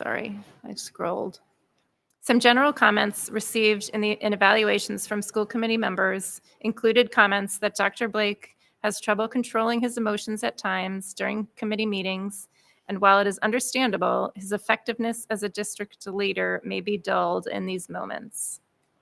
Several committee members also reported that Dr. Blake has a bias against certain groups and parents in the community or certain schools in the district, which may impact community relationships or the work environment. 2 committee members felt Dr. Blake was not always respectful of school committee members. While these comments do not reflect the opinion of all committee members, I have decided as chair to make this a topic of discussion at our upcoming summer retreat. I feel it is important that the school committee and superintendent have a strong working relationship, so we will put some effort towards discussing and resolving these concerns and strengthening our relationship so we can continue to serve our students, staff, and community in the best way possible. So the first goal was around instructional leadership and curriculum. So the goal was to work with the Comprehensive Health and Physical Education Compass Committee to unpack standards that are being rolled out by the Department of Elementary and Secondary Education. Dr. Blake successfully met his goal of unpacking the new comprehensive health and PE standards as set out by the Department of Elementary and Secondary Education for the district this year. This work included monthly meetings and a full-day workshop with the health and PE Compass team, including counselors, health teachers, PE teachers, and a school nurse. Perhaps the largest accomplishment of this goal was the organizing of the spreadsheet that spans by grade level to prepare each department and grade level for future integration and implementation of the standards. The spreadsheet defines where we are currently meeting the standards and also identifies gaps where curriculum needs to be developed. One member expressed concerns that we didn't get to see the entire spreadsheet and the progress wasn't specifically discussed at a school committee meeting. Based on Dr. Blake's report and evidence provided, this process seems to be on track and progressing smoothly per the district's curriculum review cycle. 6 of 7 members rated Dr. Blake as proficient for this goal. The second goal was around management and operations, specifically environment. So this goal was to ensure the successful integration of new administrators into the Ipswich Public Schools and facilitate cohesion between administrators and staff. We had multiple new administrators this school year, including 2 new assistant principals at the elementary schools, a new principal at the Paul F. Doyon School, and a new middle school principal. The assistant principals were important additions to the elementary schools, and since these are new positions, Dr. Blake has been working with the principals and the rest of the admin team to integrate and fine-tune the responsibilities and expectations of these positions. The new assistant principals have been positive additions to the buildings, have acclimated well, and are becoming trusted members of the school communities to families and staff alike. These positions have taken on essential duties and seem to have alleviated some pressure in the 2 buildings by offloading the principals and allowing them to be the educational leaders for their schools. It became evident in the spring that the new principal at the Paul F. Doyon School was not going to be successful in our district. Dr. Blake handled it swiftly and appropriately and communicated as much as possible to both the school committee and to the wider community. The middle school principal has had a successful year and has integrated into the district well. Some committee members expressed concerns about how Dr. Blake hears and perceives staff and family input from the communities at the two elementary schools. Given the high level of administrator turnover at the elementary schools in recent years, administrator and staff relationships in both schools will need to be rehabilitated and nurtured in the upcoming school year and in years to come. While the majority of committee members rated Dr. Blake as proficient for this goal, others gave a rating of needs improvement. A suggestion was made to revisit our screening process and hiring system for administrators to allow the district to take a deeper look at candidates that will hopefully result in hiring candidates who will be with the district long-term. The third goal is around fiscal systems. And the goal was, given the fiscal cliff in anticipated and potential unanticipated expenses, build and defend a fiscally sound budget. The FY25 budget was successfully built and delivered on schedule and on track to make override funds last for 5 years. Dr. Blake worked closely with the Director of Finance and Operations, building administrators, and the school committee budget subcommittee during the process. During budget subcommittee meetings, we had rich discussions about the direction of the district and ideas for how to implement changes to improve long-term financial stability for the district. We recognize the challenge of building a budget that is sustainable and still meets the needs of students. Dr. Blake was receptive to feedback from the school committee on his initial budget presentation, and we were able to further reduce the budget 0.7% before being adopted by the school committee. The final budget achieved unanimous support from other town boards and overwhelming support from town meeting. Dr. Blake achieved a rating of proficient for this goal. The fourth goal was around family and community engagement. And the goal was to continue to improve ongoing communication with the educational community around important issues. Dr. Blake has continued to provide timely and informative updates to the educational community through his weekly newsletter that many have come to expect on Friday afternoons. The ability to translate it into different languages for non-English speaking families makes it an even more inclusive communication tool. He also keeps the school community informed via emails and his updates at school committee meetings. Dr. Blake is a regular attendee at most school events and has made himself accessible throughout the school year to meet with community stakeholders on different topics, including athletics and safety and security. One committee member reported that Dr. Blake is biased in his treatment of parents who raise concerns. Overall, the school committee is pleased with Dr. Blake's efforts and gave him a rating of proficient. And the last goal was around professional culture, specifically cultural proficiency. So this goal was to continue to lead the diversity, equity, and inclusion work in the district. Dr. Blake has been a leader for DEI initiatives in our district and continues to be a positive driving force for this work in our schools. This current school year, Dr. Blake continued to lead the district-wide DEI group, oversaw the work in each school to ensure they achieve the No Place for Hate designation by the Anti-Defamation League by the end of the school year. He also attended a Mass Ready course for professional development. Having a superintendent who fully supports these initiatives is imperative, and we enjoyed the presentation from the district-wide DEI group and hearing about their work this school year. There were a couple of comments in the evaluations related to wishing there was more specific evidence of actions taken and results achieved. For example, greater details about Dr. Blake's learning from the Mass Readiness Seminar and how it will specifically be applied in the district. The cultural fairs and showcases that have taken place at IHS, Ipswich High School, are examples of the pride our district has in our English language learners, students, and the pride that those students have in themselves of being part of our school community. We appreciate Dr. Blake's dedication and enthusiasm for these events and his continued attention and sustained progress in this area. The school committee is grateful for the leadership of Dr. Blake and the entire district staff over the past year. So that, yep. I just noticed it now. There's no rating in that. Okay, At the end of so that there one. should be an overall, okay, Proficient, I'll I add think. that in. Yes, so the overall rating for the summative evaluation is proficient.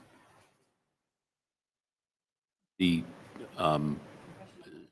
professional culture, there was no, unless I missed it. I just noticed it now. There's Okay. no rating there for that area. Okay, And both Winthrop and the high school did achieve the no place for hate status. So the whole district, which is somewhat unheard of. We're proud of that accomplishment. so that fifth goal, just for clarification, would have received proficient as well as the overall rating.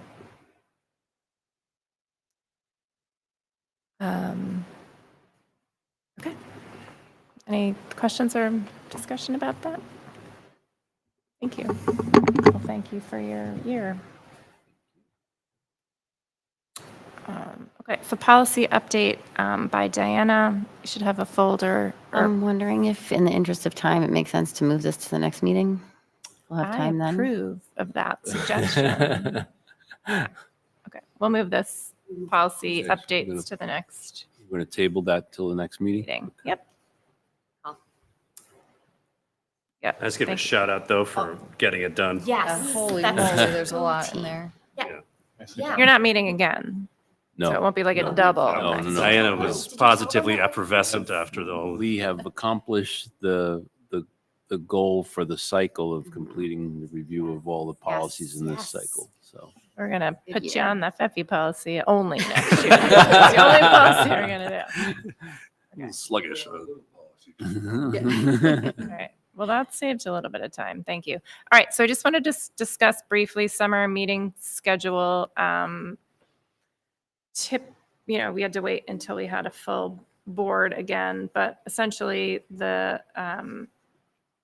we don't meet much in the summer, but we meet a little.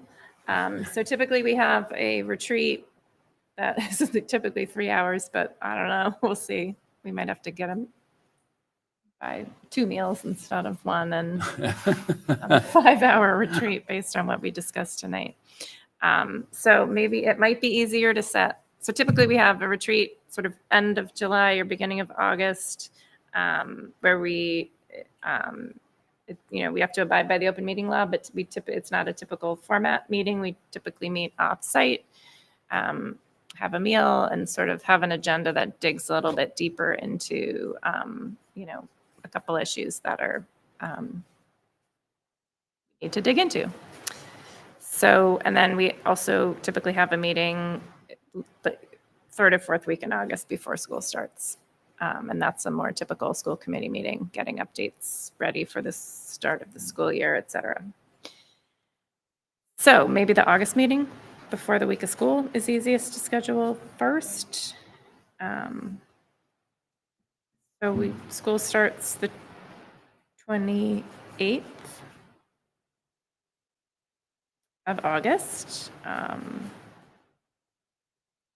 Do we typically meet the week before on the 19th? Not on the 19th, but that week? The week before would be the 22nd, Right. or we can meet the 15th. Has to be a Thursday. It's a school committee meeting, so typically is. Yeah, But typically. there's no real, Oh, right. is anyone? 22nd works for me. 15th 22nd. might be a little tighter, but Does anyone not, does the 22nd not work for anyone?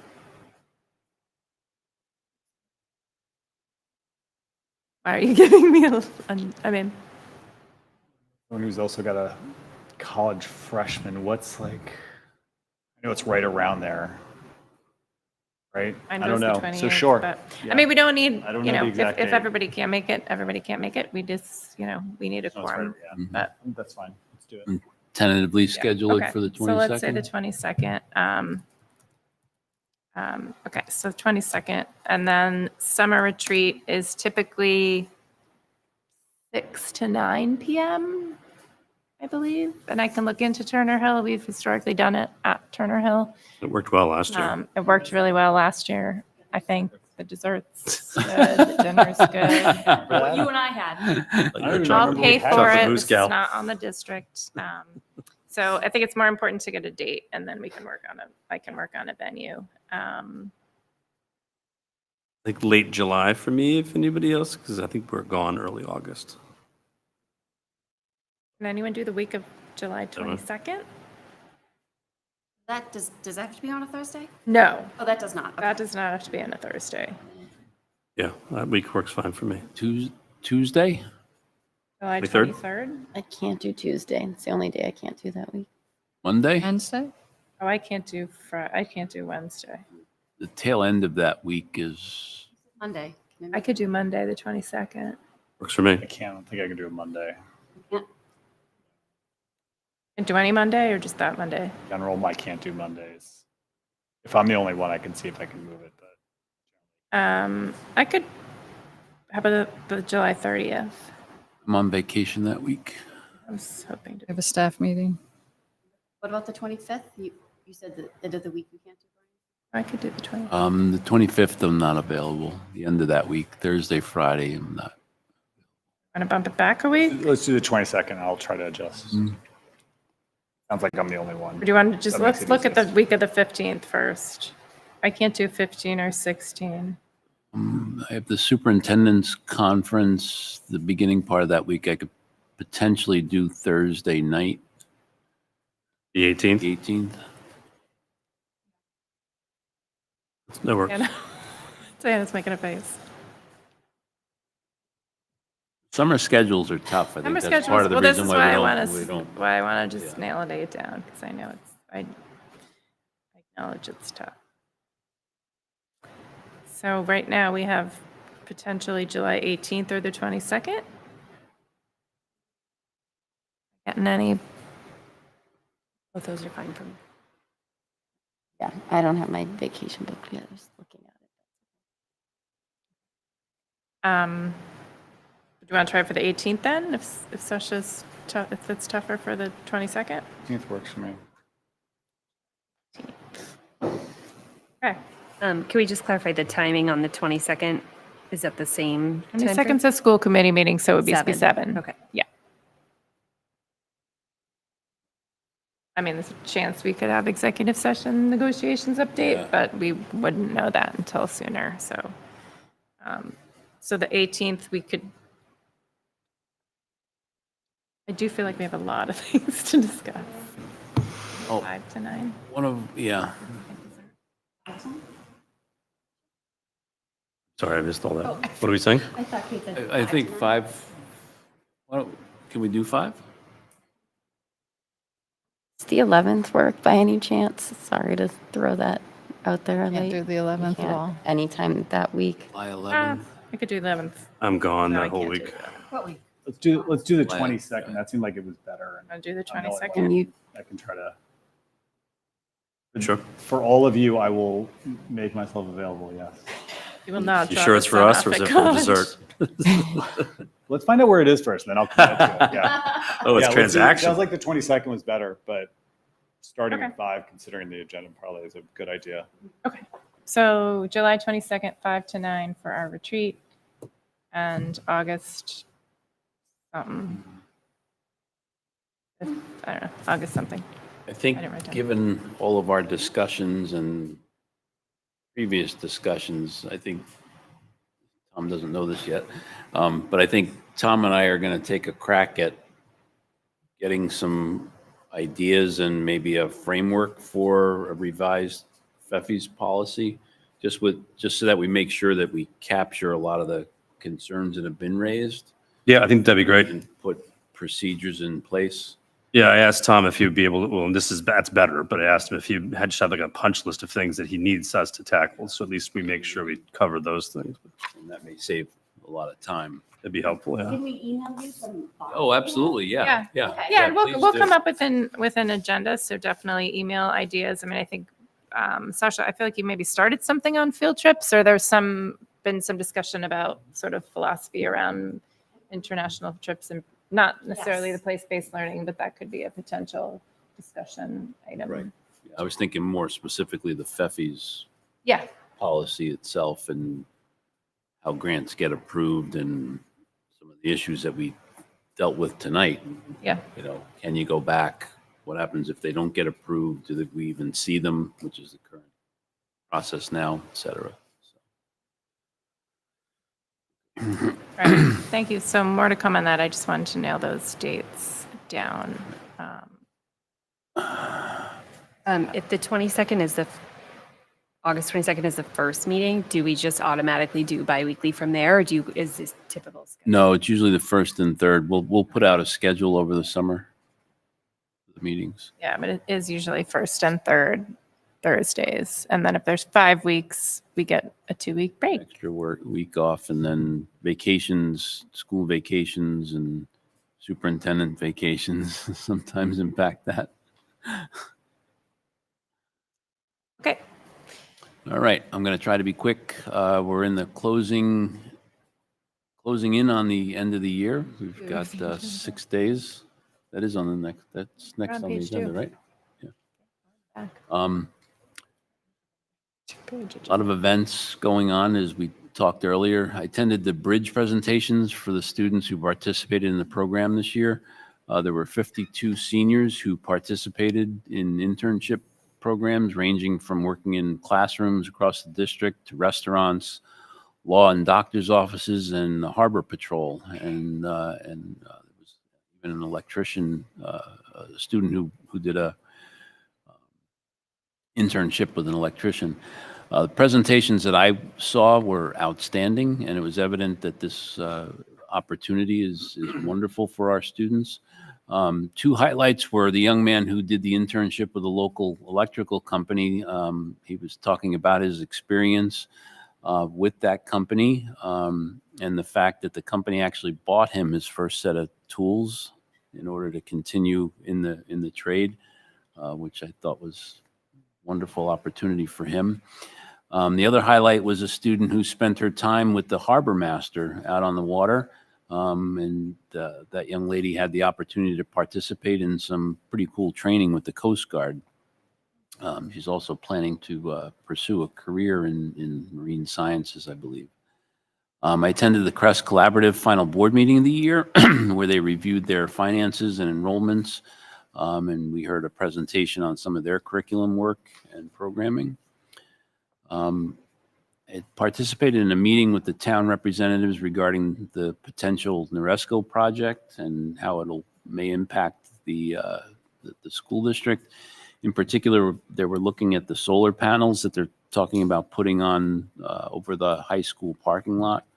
They're still refining their plans, and at some point we'll bring them forward to the school committee. They're hoping to put all that together in late August and early September, so that I think the discussion is to put it forward on the town warrant in the fall for a vote as an overall project. The Comprehensive Health and PE Curriculum Group met for the last time this year, reviewed the progress and to date and their next steps. The plan for next year is to begin writing curriculum to fill in the existing gaps that have been identified and continue inputting all of the current units of study into the various grade spans.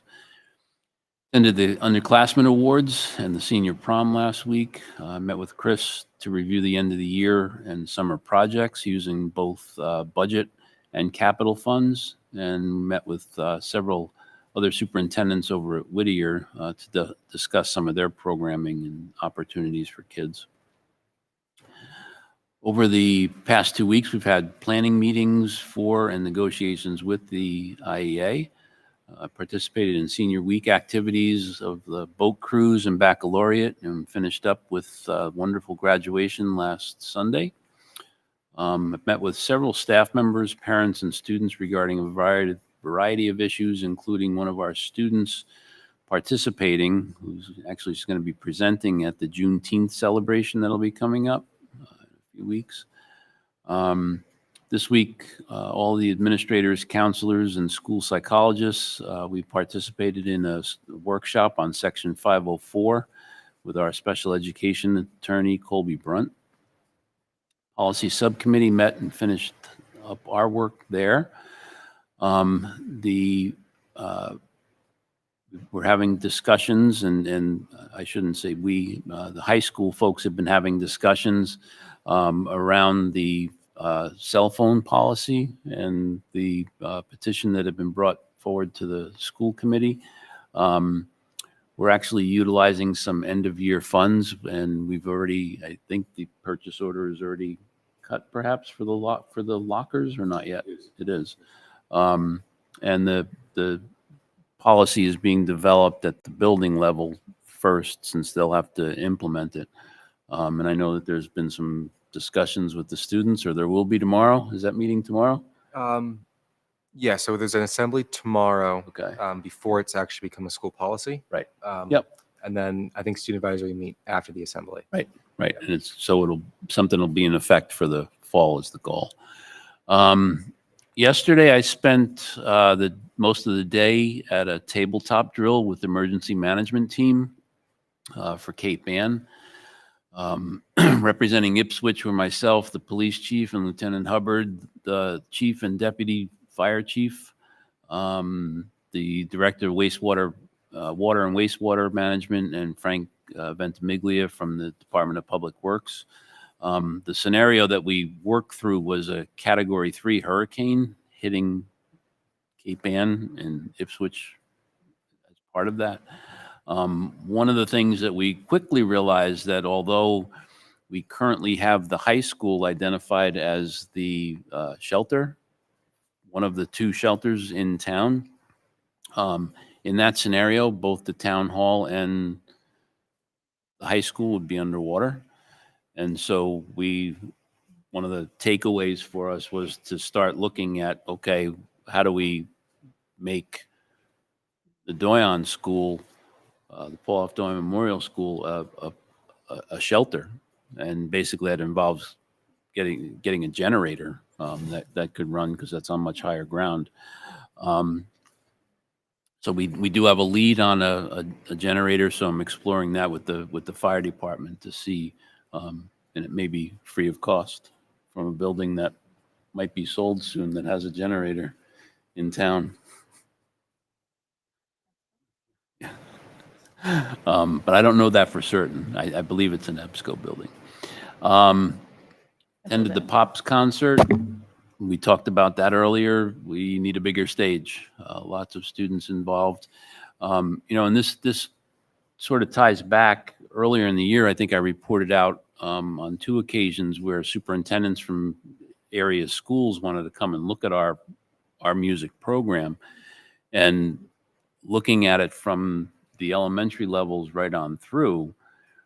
I think it's our schedule and our individual lessons that get our students to the level that they are for the things like the pop concerts, and so that's, an integral part of our curriculum and what we do and who we are.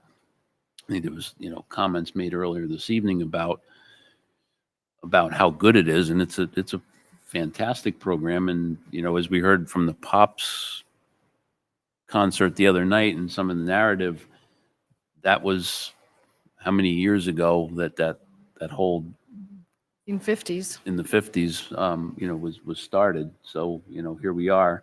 And like I said, it's a good problem to have that we can't fit all the kids on the stage anymore. Our admin team is focusing on closing out the year, reviewing plans for the last day of school and the summer professional development that'll be happening. Last evening, we held a dinner to recognize Dr. Bev Hedges and her impending retirement. On the horizon next week, we have the last week of school. On Monday, I'll be meeting with Tom Gallagher to review the athletics and spring sports program. I also have a meeting with Vicki Hallman, the Director of Water and Wastewater for the town, to hear an update on the town wharf pumping station. As you know, the school committee had given them permission to do some test borings on the fields by Town Hall. So I hope to be able to share some information from that. Last day for students is Thursday, June 13th, with dismissal at 11:20 for the middle and high school and 11:50 for the elementary schools. And then the staff will have professional development on Friday from 8:30 till 11:30. We also have our last scheduled negotiation session for this current school year next week. So be sliding into the into the last day. Hopefully the weather will hold out for Crane Beach Day next week as well. Who did you meet with about Noresco? That was like at the very beginning. Yep. So it was, I don't think I indicated, it was representatives from Noresco, and Stephen Crane was on the call, and Rick Mitchell was also on the call. 'Cause there's been some rumblings of a summer tri-board about Noresco, Yeah, but I don't know. I wouldn't doubt it. I indicated in here more information on the project and other projects under consideration will be presented in late August, early September. So my guess is that they'll be I mean, looking at, the warrant's going to close well before that. I don't know. It closes like really, I don't know. Okay, I have a chair's call. So there's a new chair of the select board, Linda Alexson is the new chair. So we're having a call this Friday or next Friday. I don't remember, but I'll ask about that because Last meeting, you brought up the summer conditioning for the middle school, high school athletes. I understand that's resolved now, so I think we've got that program in place. Is that right? As far as I know, the coaches are running it themselves. Yes. Yeah. I've opened. Some of that is funding coming from the boosters, which is nice, or football boosters, even though it benefits all students regardless of it. So I think the coaches are doing it themselves, and I'm not sure that I don't know the extent to which the funding is involved, because our coaches are doing it. Great. That's my understanding. That's what we said last. It benefits all of our athletes. So I think that's terrific. So one question on the cell phone ban, will that come to the school committee? That'll come to the school Will committee? what? The cell phone ban policy. Yes. So maybe our next, So I have meeting, or what's the- I need to check with the high school administration on where the policy stands. And the second piece will be, I'm not sure if it'll come as a school committee policy or if it'll be a handbook policy. yeah. I mean, either way, it'll come to us, but if it's, Right. I guess if it's a Right. district-wide policy, it will be our policy. Probably, but I don't know if we need a district-wide policy, but if it's a school committee, or if it's a high school policy. I'll have a it could be in there. recommendation. Just thinking, we really don't have an issue with cell phones necessarily at the elementary level. I know we do have some students that monitor blood glucose levels with I think their it's worth having a phones. conversation with the administrators, yeah, because it yeah, might be a that's why I problem. said, yeah. And it might not be a problem because they put a lot of effort Mhm. into making Yeah, it not a so I'll- problem. But if it was a I'll district-wide make a policy, recommendation. I'll have a maybe they'd have recommendation more whether it's. Specifically cell Support. phones? Like, are there other devices That's- involved? Like, because upper You're not elementary, they supposed all to have have- the watches. and oh, we I'm sure weren't middle supposed, you weren't used to allowed to have them, but I don't know Well, how if the- enforcement. The safes, I don't think allow transmission out of them. So the watch would be useless if it's not connected to a. To a phone. We have watches with data. Like you can text on your watch without your phone. They have watches with data plans. Yeah, some are tethered and some aren't. Things keep Okay. evolving. Yeah. Yeah. It's hard to But as keep up with for it. Yeah. earlier this year, student advisory, and when Jimmy was here, we met about a policy which allowed students to use their personal devices over the school-issued Chromebooks. Because when you get into more advanced, when you're writing essays in all classes or you're doing complex graphing on like Desmos or something, it's easier to use a personal device, especially if you're going to college with that. And so now this ban brings up the question: is it just phones? Is it personal devices? Is it all of it? And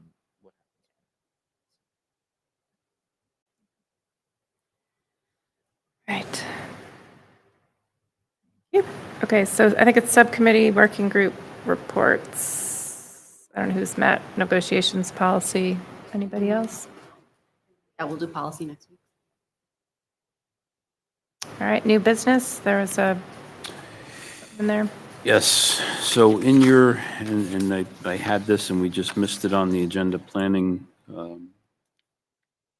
piece. So in your school committee folders this evening, I think it was Ipswich Youth Lacrosse came forward and has made a proposal to put a wall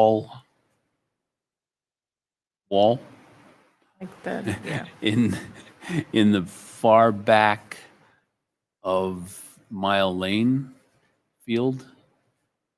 And so you have the formal request there and the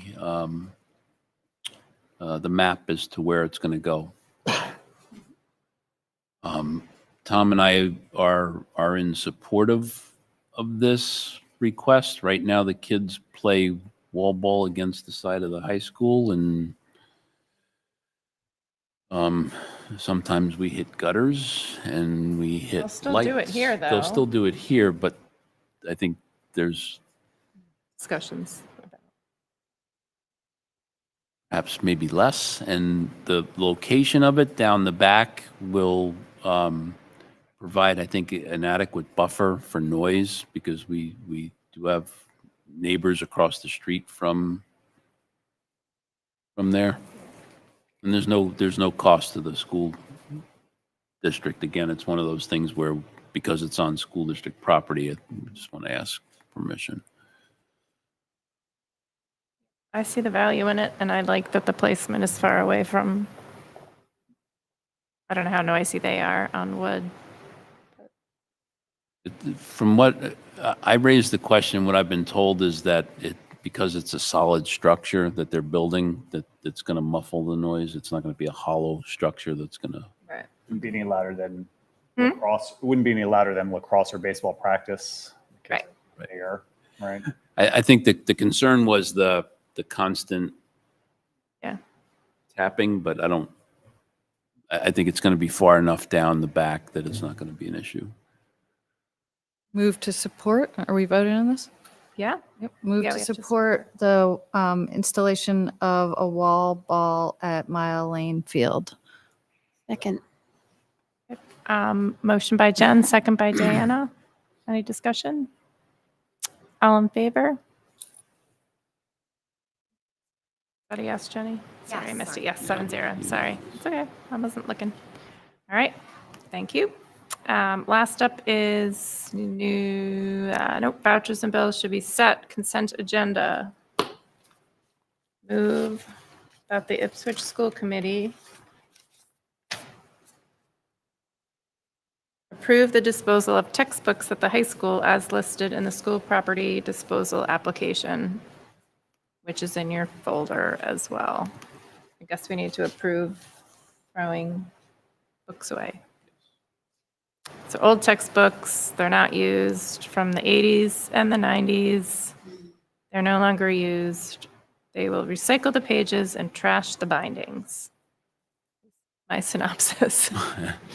Very technical. I have a policy on this, so. Was that a motion you made earlier? Or? Yes, I did. I Okay. moved. It's a consent agenda. Second, yeah. Yes. Okay. All in favor? Unanimous. Motion to adjourn. So moved. Moved by Diana, second by Haley. All in favor? All right. Thank you. Good night, Ipswich. Night, Ipswich.